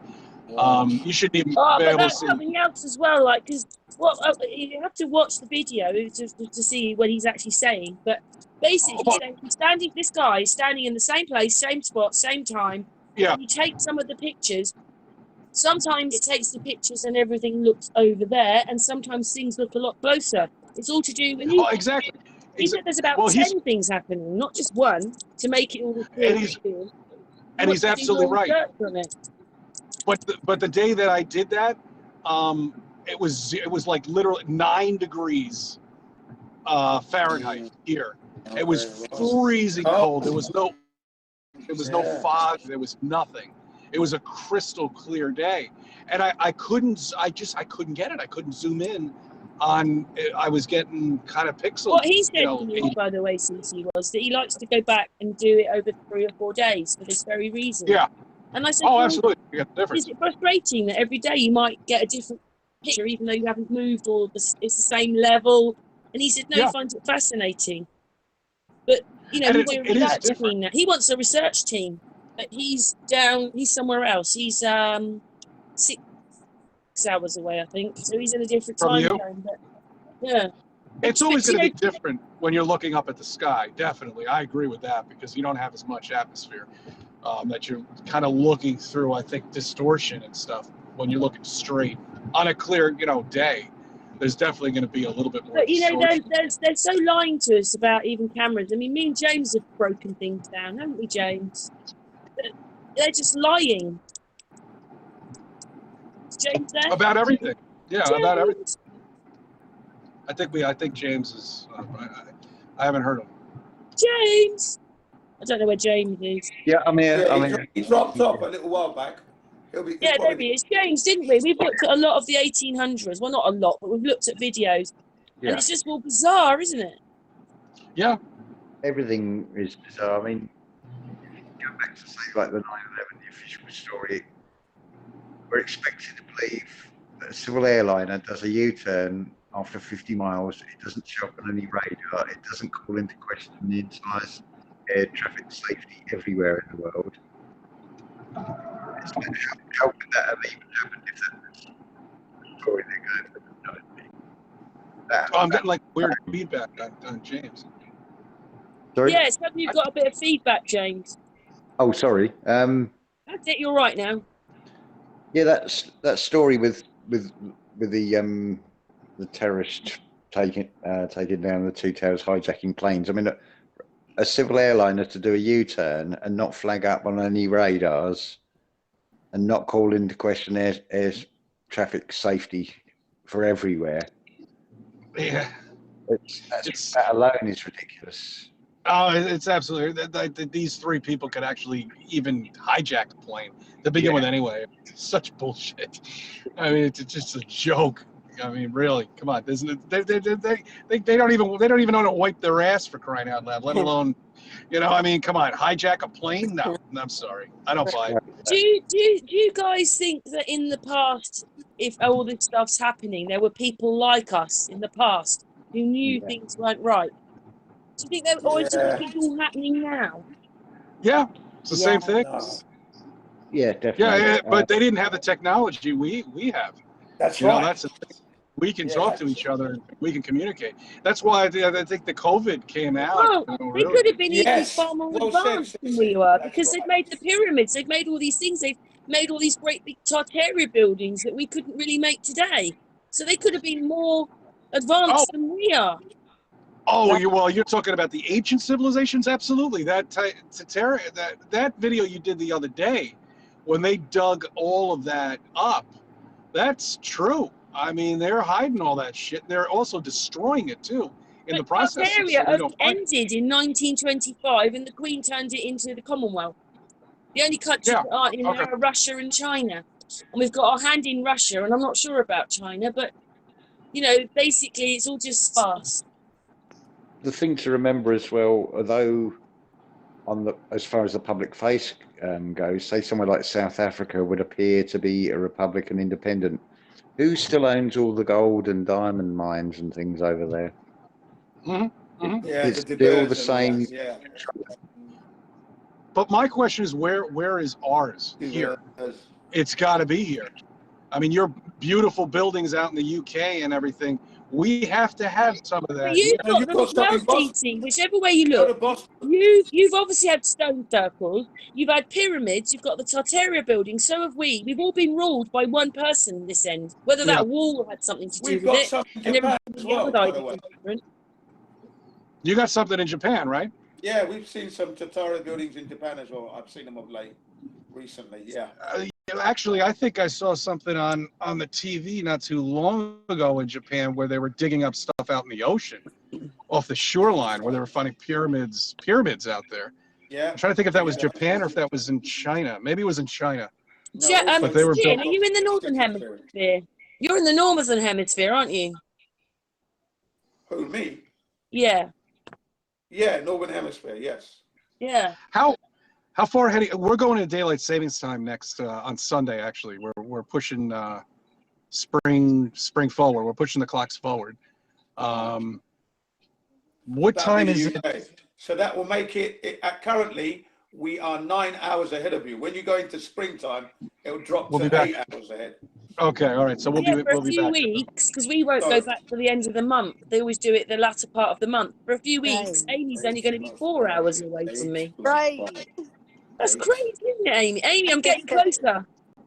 So basically, I'm 13 hours ahead of you, CC. If you're in New York, I am 13 hours ahead of you. Okay, so now on Sunday you'll be 12 hours. Okay. Yeah. What time is it for you, Jin? Jin, what time is it for you? Well, right now it's just coming up for 8:30 in the morning. 8:30. Well done. Jin has the horrible shift on our hangout. We're okay. America's okay, but Jin has the horrible shift, don't you? It's early for you. Yeah. When we get on about 4 a.m. here. 4 a.m. Yeah. Oh, wow. Yeah. That's the only way. I was running late today. This is why I arrived late today. I missed my schedule by 2 hours. So I was 2 hours. Well, don't worry, Jin. I'm up working at your time, so 4 a.m. I'm up taking a shower in the office by 5. So Can I that's say it. something? Can I say something? I hate doing this because it only feels like Cece jumped on about 5 minutes ago, but we've been going for 2 3/4 hours. I just wondered whether we Yeah. should. It doesn't mean you can't talk after we've stopped recording if you want for a little bit, but do you think we should wind the hangout down now because it's getting on for 3 hours? People Yeah, only no, listen for so all long. you guys are Yeah, in a totally if you different want, time so zone. it's up to you. I hate doing it because we're in a good discussion here, but you know, it's 2 3/4 hours we've been going. Well, Karen, how about I do this? I mean, I'll just let you know I mean, during the day when I think I'm getting out, and I'll just pop on anytime I can. You know, I think that's the easiest way for me to do it. I know you guys aren't yeah, always on. because Virtec and the rest, we don't like going on without you, CC. So you know, Yeah, Oh, that's the problem. oh, that's really nice of you guys. I'm sorry to keep you waiting. Oh, we have to know that Appreciate CC's going to join us, and then everybody's happy. Then yes. Yeah. Come on. That makes me feel good, Karen. Oh, I wish that I had, you know, like Amy knows, I'm just making videos all the time, and they take up so much of your time. You know, yeah. sometimes I'd like to go to the channels a bit more and see what everybody's doing. You know, like James is always doing videos. You're always Yeah. doing videos. I don't know whether Virtec or Jin do, but sometimes No, I just don't have enough I'm on the time. Flat Earth Discord, 24-hour Flat Earth Discord. Yeah, you go on with Flat Earth Dude, don't you, and stuff. Yeah. Oh yeah, I know. Yeah, he's good. He's funny. I like him. Yeah. Yeah. Well, do you want to sort of like have a few minutes? I can ask each one of you again. We can do it as, because you know, it's quite a lot of people on here. But if I go from, Virtec, do you mind going first? Give him the honours. Go on, Virtec. Virtec, what? How do you like? Well, I would Sum just things like up, Virtec. In life, sum it up right now. well, Sum up. I think be here now is really important, and it's very nice being here now with such a lovely bunch of people from all around the world. Thank you, Virtec. Yes, thank you. Oh, lovely, lovely, lovely, lovely Virtec. Yeah, vice versa. You've got to be here and now, but it is a bit hard sometimes, isn't it? You don't realise that when you're anxious or something, you shut down your feelings to deal with it. So he is right, even if we're not very good at doing it, to remember to have a sense of humour. Yes. Yeah, yeah. Stay calm while everyone's losing their heads. Basically, Right. as it goes. They're gone all right. Is that all you want to say, Virtec? Well, yeah. Are you going to be? It'll be interesting to see in England, anyway, in Europe, as it gets a bit warmer, how the people respond to what's going on. I spend a bit of time moderating in various channels and live channels. And what do you see? What do you see, Virtec? Well, I moderate for this channel called Subject Access, who is present at quite a lot of the London demos and things. And we have a sort of a free speech policy in the chat. And there's a lot of good people there, but there's a lot of sort of 77th Brigade and shills and people who are just brainwashed. And it's very hard moderating there because, you know, no ad hominems, but no real racism. But the trouble is, English people have got a sense of humour. And if they'd start being funny, then other people, like social justice warriors and things, start getting their feelings. I They think get their Virtec, feelings hurt. You know? whenever I answer a phone to anybody, like the bank, all this terrible pandemic we're in, that's what they say. Anyway, so that's what I've been doing to do my bit, is to get in and support some people who are trying to expose what's going on. So I shall carry on doing that and being creative. And modding and being a mod. Well, that is what, you know, I sort of run a live stream with this guy who's actually on the street filming it all. So, Thank you, Virtec. And I might end up, you know, seeing you not this weekend, next weekend. Maybe, but I'm actually quite busy sort of modding the back end of YouTube for the guy. I actually sort of like run the stream, so if there is a process, I'll probably be more useful using my technical skills on the back end of it. Right, so I might not see you then. Okay. Anyway, next. Amy's Well, that was next on my. excellent. Oh, Sorry, okay. excellent. Yeah, sorry. Excellent, Virtec. Amy. Oh, okay. Well, it's just been really nice talking with everybody.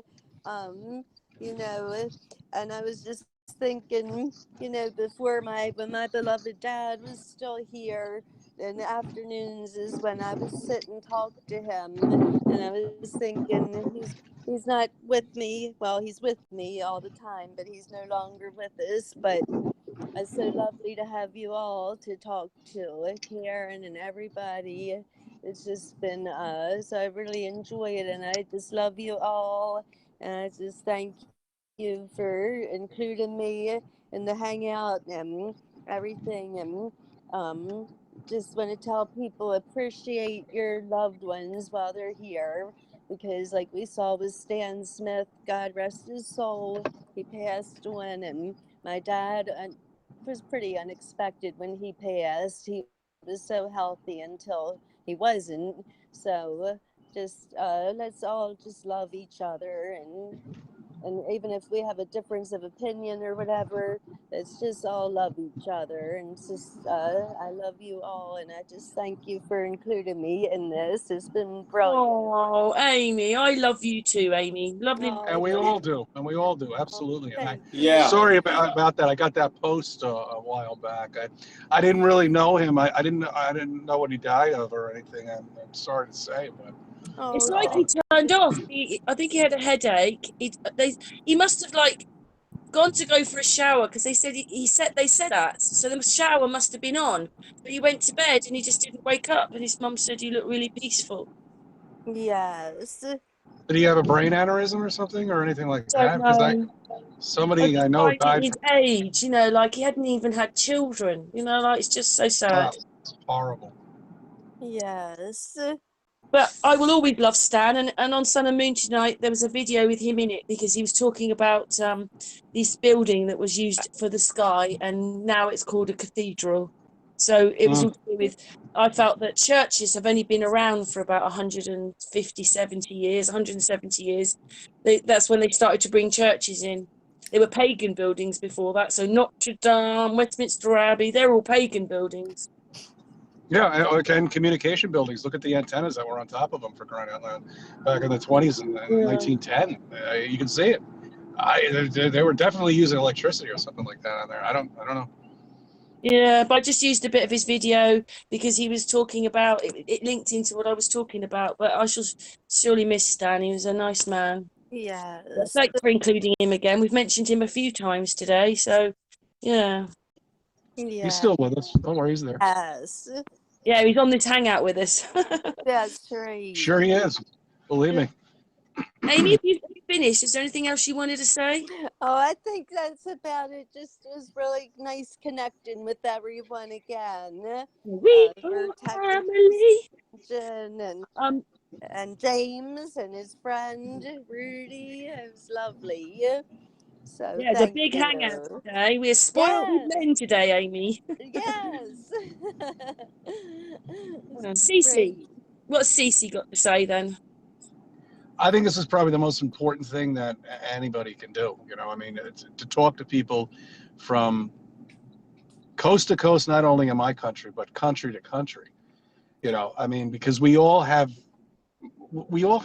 intelligent things to bring on the table of stuff that we all notice that you're not going to be able to find anybody, your next door neighbor or anybody like that, unfortunately, that you can have conversations like we do. You know, here on these live chats. You know, I mean, it's amazing. You know, meeting Virtec, meeting James, meeting Amy. I mean, just meeting everybody and being able to talk about everything that's going on. You know, and I think it's probably the most important thing that we have to continue doing, as long as they allow us. That's the thing. You know, as long as they allow us to do this, let's just keep doing it, and that's it. And Yeah, if 'cause I, we're putting you know, different ends of the world, because Jin's over there in Japan. I speak to Trouble, she's in Australia, and yeah, then we go to America. We've even got Lavana in Hawaii, and then the people in the middle. So it's good. yeah, I mean, yeah, exactly, exactly. And, you know, that's why I like to hear what's going on in Jin's world over there. You know, and that's why I want to know what's going on in James, and so we can communicate, because you got to understand what's going, the nonsense that's going from state to state, from country to country, you know, county to county. It's just bizarre. It's off the wall. Every politician is just making shit up on a daily basis. You know, I mean, really, you know, we got a president here who doesn't even remember who his Secretary of the fucking State is, for crying out loud. And he actually Hey, got Cece, elected? have you seen him? I asked Amy, have you seen him much, Biden? No, not at all. Zero. He hasn't made any statement for the last 50 days, and that's the longest in any presidential history, because they're going to shut him down. They don't want him talking. They don't want him doing, they're just nodding and signing bills. That's all they want him doing. And that's what he's going to do. You know, and people accepted this. You're talking about I don't know how many, 320 million people in America voted this guy in? Come on. Yes. You gotta be kidding me. That's right. Yeah. It's just so bad. It's got bullshit written all over it, and people actually really buy it and they believe it here in New York. And I, you know, they look fine. Fuck them. I don't care. I'm not going to sit there and argue with them anymore. Do you think it has something to do with, you know, a few weeks ago they brought up this bit, because obviously the inner part of London is another country, and it's the same where Washington, where the, you know, where his the White House is, it's another country, so they can't really operate. And the people are saying, well, he's doing it from a film studio in California. Sure he is. I don't doubt it. Who knows where they have this guy, this puppet up somewhere? I don't know. He's not running anything. He can't physically run. Harrison's just, she's waiting by the sidelines. I think she just you know something, because I go through footage, and I was doing a couple of her a few weeks ago, and every time we zoomed into her, either she was marching in front of Biden, which I don't understand how people didn't pick that up, that she was always walking in front of him, which if he's just becoming the president, she should be walking behind him. And then the other thing was, whenever they zoomed in, like when I zoomed into her, she's always, she's always anxious and like, oh, come on. And I was thinking, oh, you don't want that as president, do you? You know what really pisses me off, though, is I made a bet with my wife, and unfortunately, I think I lost. I gave the poor guy a year. Looks like he's not going to make it past 6 months, so I lost that bet. Oh no! Forget it. I gave him a year. I thought Biden, come on, 12 months, at least give us 12 months. But no, but you're right. What do you say to the people who still think that President Trump is president? He is, as far as I'm concerned. Really? But who knows? But yeah, no. Anyway, I mean, I don't want to hold everybody up, but yeah, I mean, that's why this is like the most important thing we can do. And when I do, it's just a question of when. Find stuff with the new camera. You guys will be the first ones to know. So I will give you complete rights with that. If I find any weird stuff on the moon, thank you, Cece. You know, you'll be the first ones to know. Do you know what? I had a hangout. His name's Travis. He's a plain truth, and he said that he loved watching my videos. But the thing is, he's watching all the people talk. So for me, Sun and Moon's about our community. You know, we're a community. We're people. We're alive. We've got hearts. We've got feelings. We're all people. You know, that's what I like. Bringing us together. I like that. Yeah. Yeah, and that's what you're doing right now. You know, and that's why I love all you guys. You know, this is terrific. You know, we would never, ever have met, ever, if it wasn't for this. You know, we would have walked right past each other and never even known. Well, you usually make me laugh quite a lot, Cece, because you're always laughing. I'm laughing and yelling, too, because I'm just disgusted. How could you not? Yeah, well, I feel the same. Don't you worry. But have you got anything else to say? No. Thank you, Karen. Everything is terrific. I love you guys out there. Everybody, you know. It's just... We love you, Cece. James. Yeah, I was going to say, one of you asked about North America and the ancient buildings and things, but I'm sure most of you are familiar with the spate of older maps that have come out that show settlements on the East Coast and following the narrative. And then you've got this great blank area of nothing. I think what all they've done is they flipped the script. I think what is referred to as the New World is the Old World, and it was probably hit with the greatest devastation and probably the last landmass to be cleared of water again. So a lot of the structures are probably older there. They're probably what we'd call the megalithic, the really large ones. But I mean, there is plenty of evidence like an Arc de Triomphe in New York at one time that's now mysteriously disappeared. And you look at places like Vancouver, there's some really fantastic old buildings, and you think, how on earth did they build those in the 19th century? So it is there to be found. Well, you're right, James. And I want to let you know, I mean, I remember I made a video. My uncle was an architect, and they did work down in around right by the Iron District, and it was a long time ago when he told me this. I don't know exactly where it was, but they couldn't break the foundation of whatever they were trying to cut into. They just couldn't. They didn't. Yeah. They didn't have the material to do it. Which I don't. If it was rock, it shouldn't be a problem. I mean, this guy was an architectural engineer. Yeah. He just hires somebody. You break that and build. They couldn't get through it, and so they built over it. And that's exactly what Karen always does in her videos, is everything is built over all of this, and that's exactly what they're doing. I am going to make it a point this year to get down to the Iron District and actually go investigate, especially that triangular building. That's the one I want to really go to. That's the one I want to check out. Excellent. And just, I want to go deep down. I want to see how far I can get down there and just check it out. But yeah, no, that's really good, James. Excellent. I was going to say, just to sort of sum up, I mean, what this reality externally looks like, it just smacks of desperation to me. It's like we're going to have to throw everything at this, because I go with the premise that the creator created everything, so that's the good and the bad, and then what is the opposition side has imitated it and created a fake opposition to itself. So this is why you can see it manifested as red versus blue politics, or an army in a red uniform versus the blue uniform in like the Napoleonic era. So it's this repeat pattern of play two sides, two wings of the same monster. And I think we're actually living in a really wonderful time of change, despite what it looks like. I mean, I've sort of proved it. I didn't get held up. I've done 440 miles over the weekend, and no hold-ups, no problems, and it was sunshine. It was beautiful. What's keeping this real is people's belief in it, backed up with the intimidation on small businesses. Oh, you'll get fined if you don't comply, and so they're making it real and making it real to people when it isn't actually real. Mm-hmm. So it's just trying to get people to see through the illusions, but some of them just don't seem to be able to put two and two together. And even though I hear people saying this doesn't make sense, but they won't sort of really. No, they won't get through that part. Yeah, they're moving out of their comfort zones, and then they won't go there. This is the problem.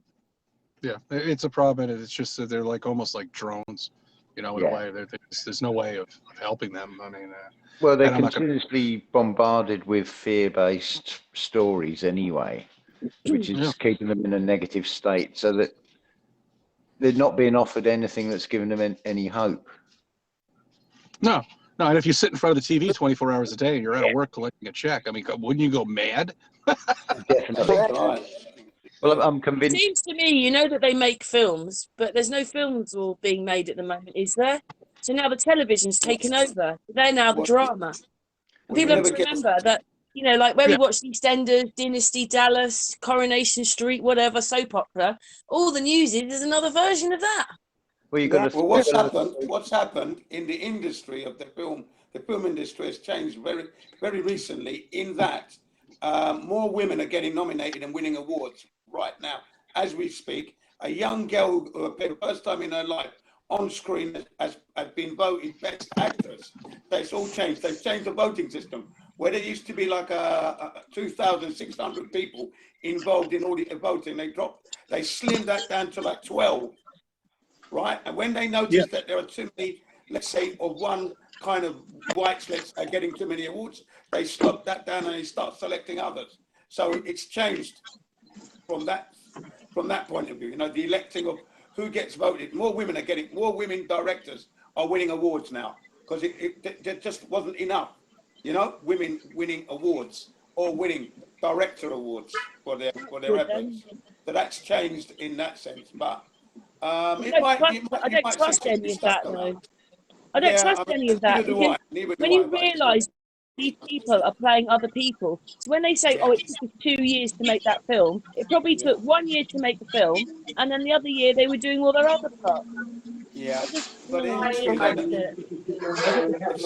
it's had a cleaning out a little bit of the old fashioned. Oh, what's going on? There's lots of noise. It's all right. No.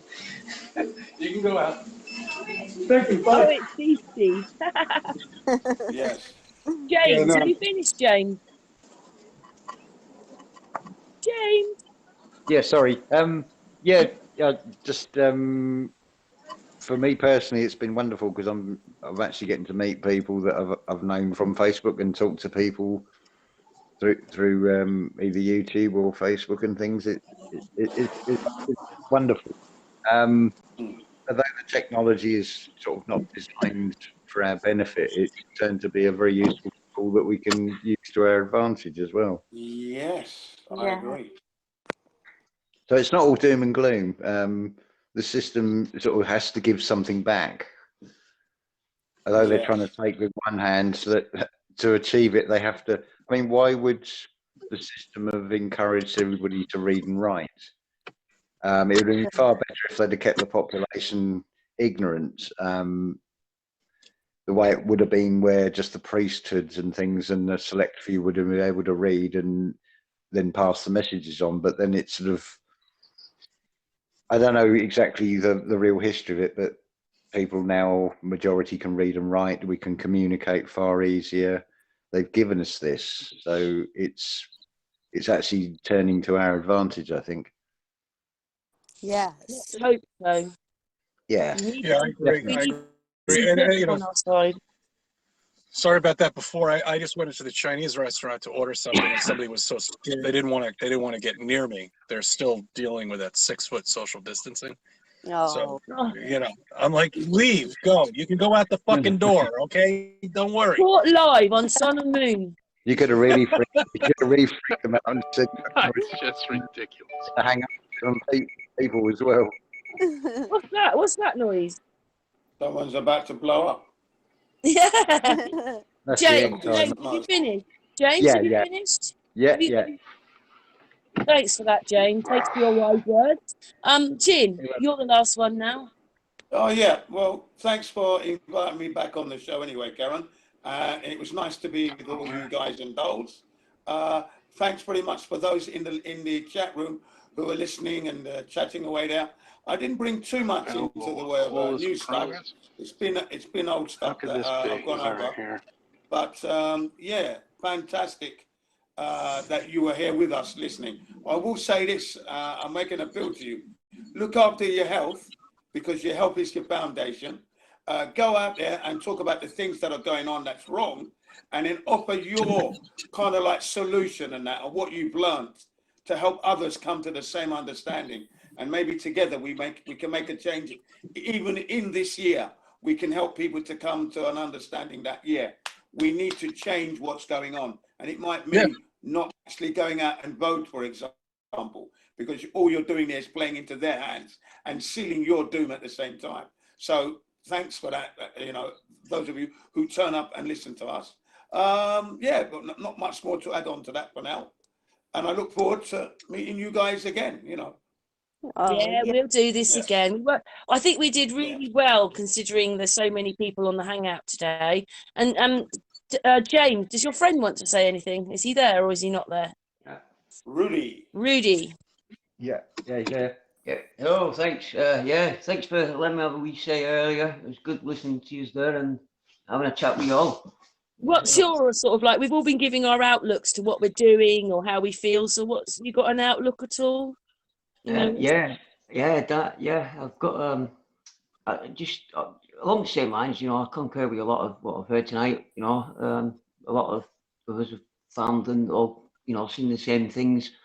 What's been unveiled to us, but it's not been unveiled for nothing, is it? And like James said earlier, we've got the use of this technology at the moment, so we've got to use it to our advantage whilst we've still got it, to take as much back as we can before they take the lot and steal it off us, yeah? Because they're trying to steal the world. Absolutely. They're trying to steal the world wholesale. Yeah. Yeah. And technology. God knows what they're finding. Yeah. Well, they've Yeah. actually Right in front of us. actually stolen the world. They've stolen the world and they've imprisoned us, and now they're using technology to hasten that imprisonment now, right? Yeah. And it's easy to control us. So that's what we've It's got like- to break that. To build an electric panopticon prison, if you Yeah. look up Jeremy Bentham and his panopticon prison, well, they built in a virtual version of that for society world over, Yeah. and we're all Yeah. signing up to it. They tricked us all into it with the toys and the gadgets and the glittery, you know, apps and whatever, and everyone's grasped it with both hands, and Yeah. see where it's going to take us, because Yeah. Yes. we've got to be really You have to careful. get out there and enjoy it. You've got to get out Yeah. there and enjoy nature for as Well- pure and as beautiful as it is. Yeah. Leave technology behind if you can, just for a while, at least. Thinking of technology, it's like take knowledge. Yes. You know, technology here. Oh yeah, all these words. They're Yeah, etymology Like- and everything. Slippery words. yeah, it's beautiful. It's an amazing Yes, language it's- they created. In plain sight, yes. Anyway, good, Okay, good to meet guys. you guys. Thanks for letting me speak. Carry on.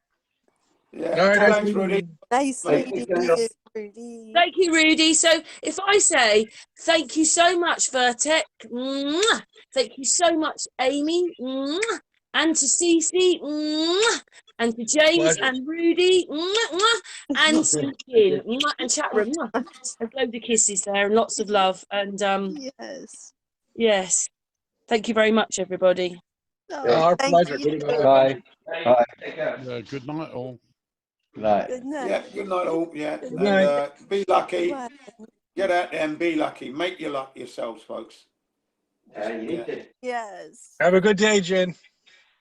Lovely. Okay, I'm Yeah, going to stop the Cece as record well. button now. I'm going to stop the record button. Thank you very much, everybody. Okay. Okay, yeah.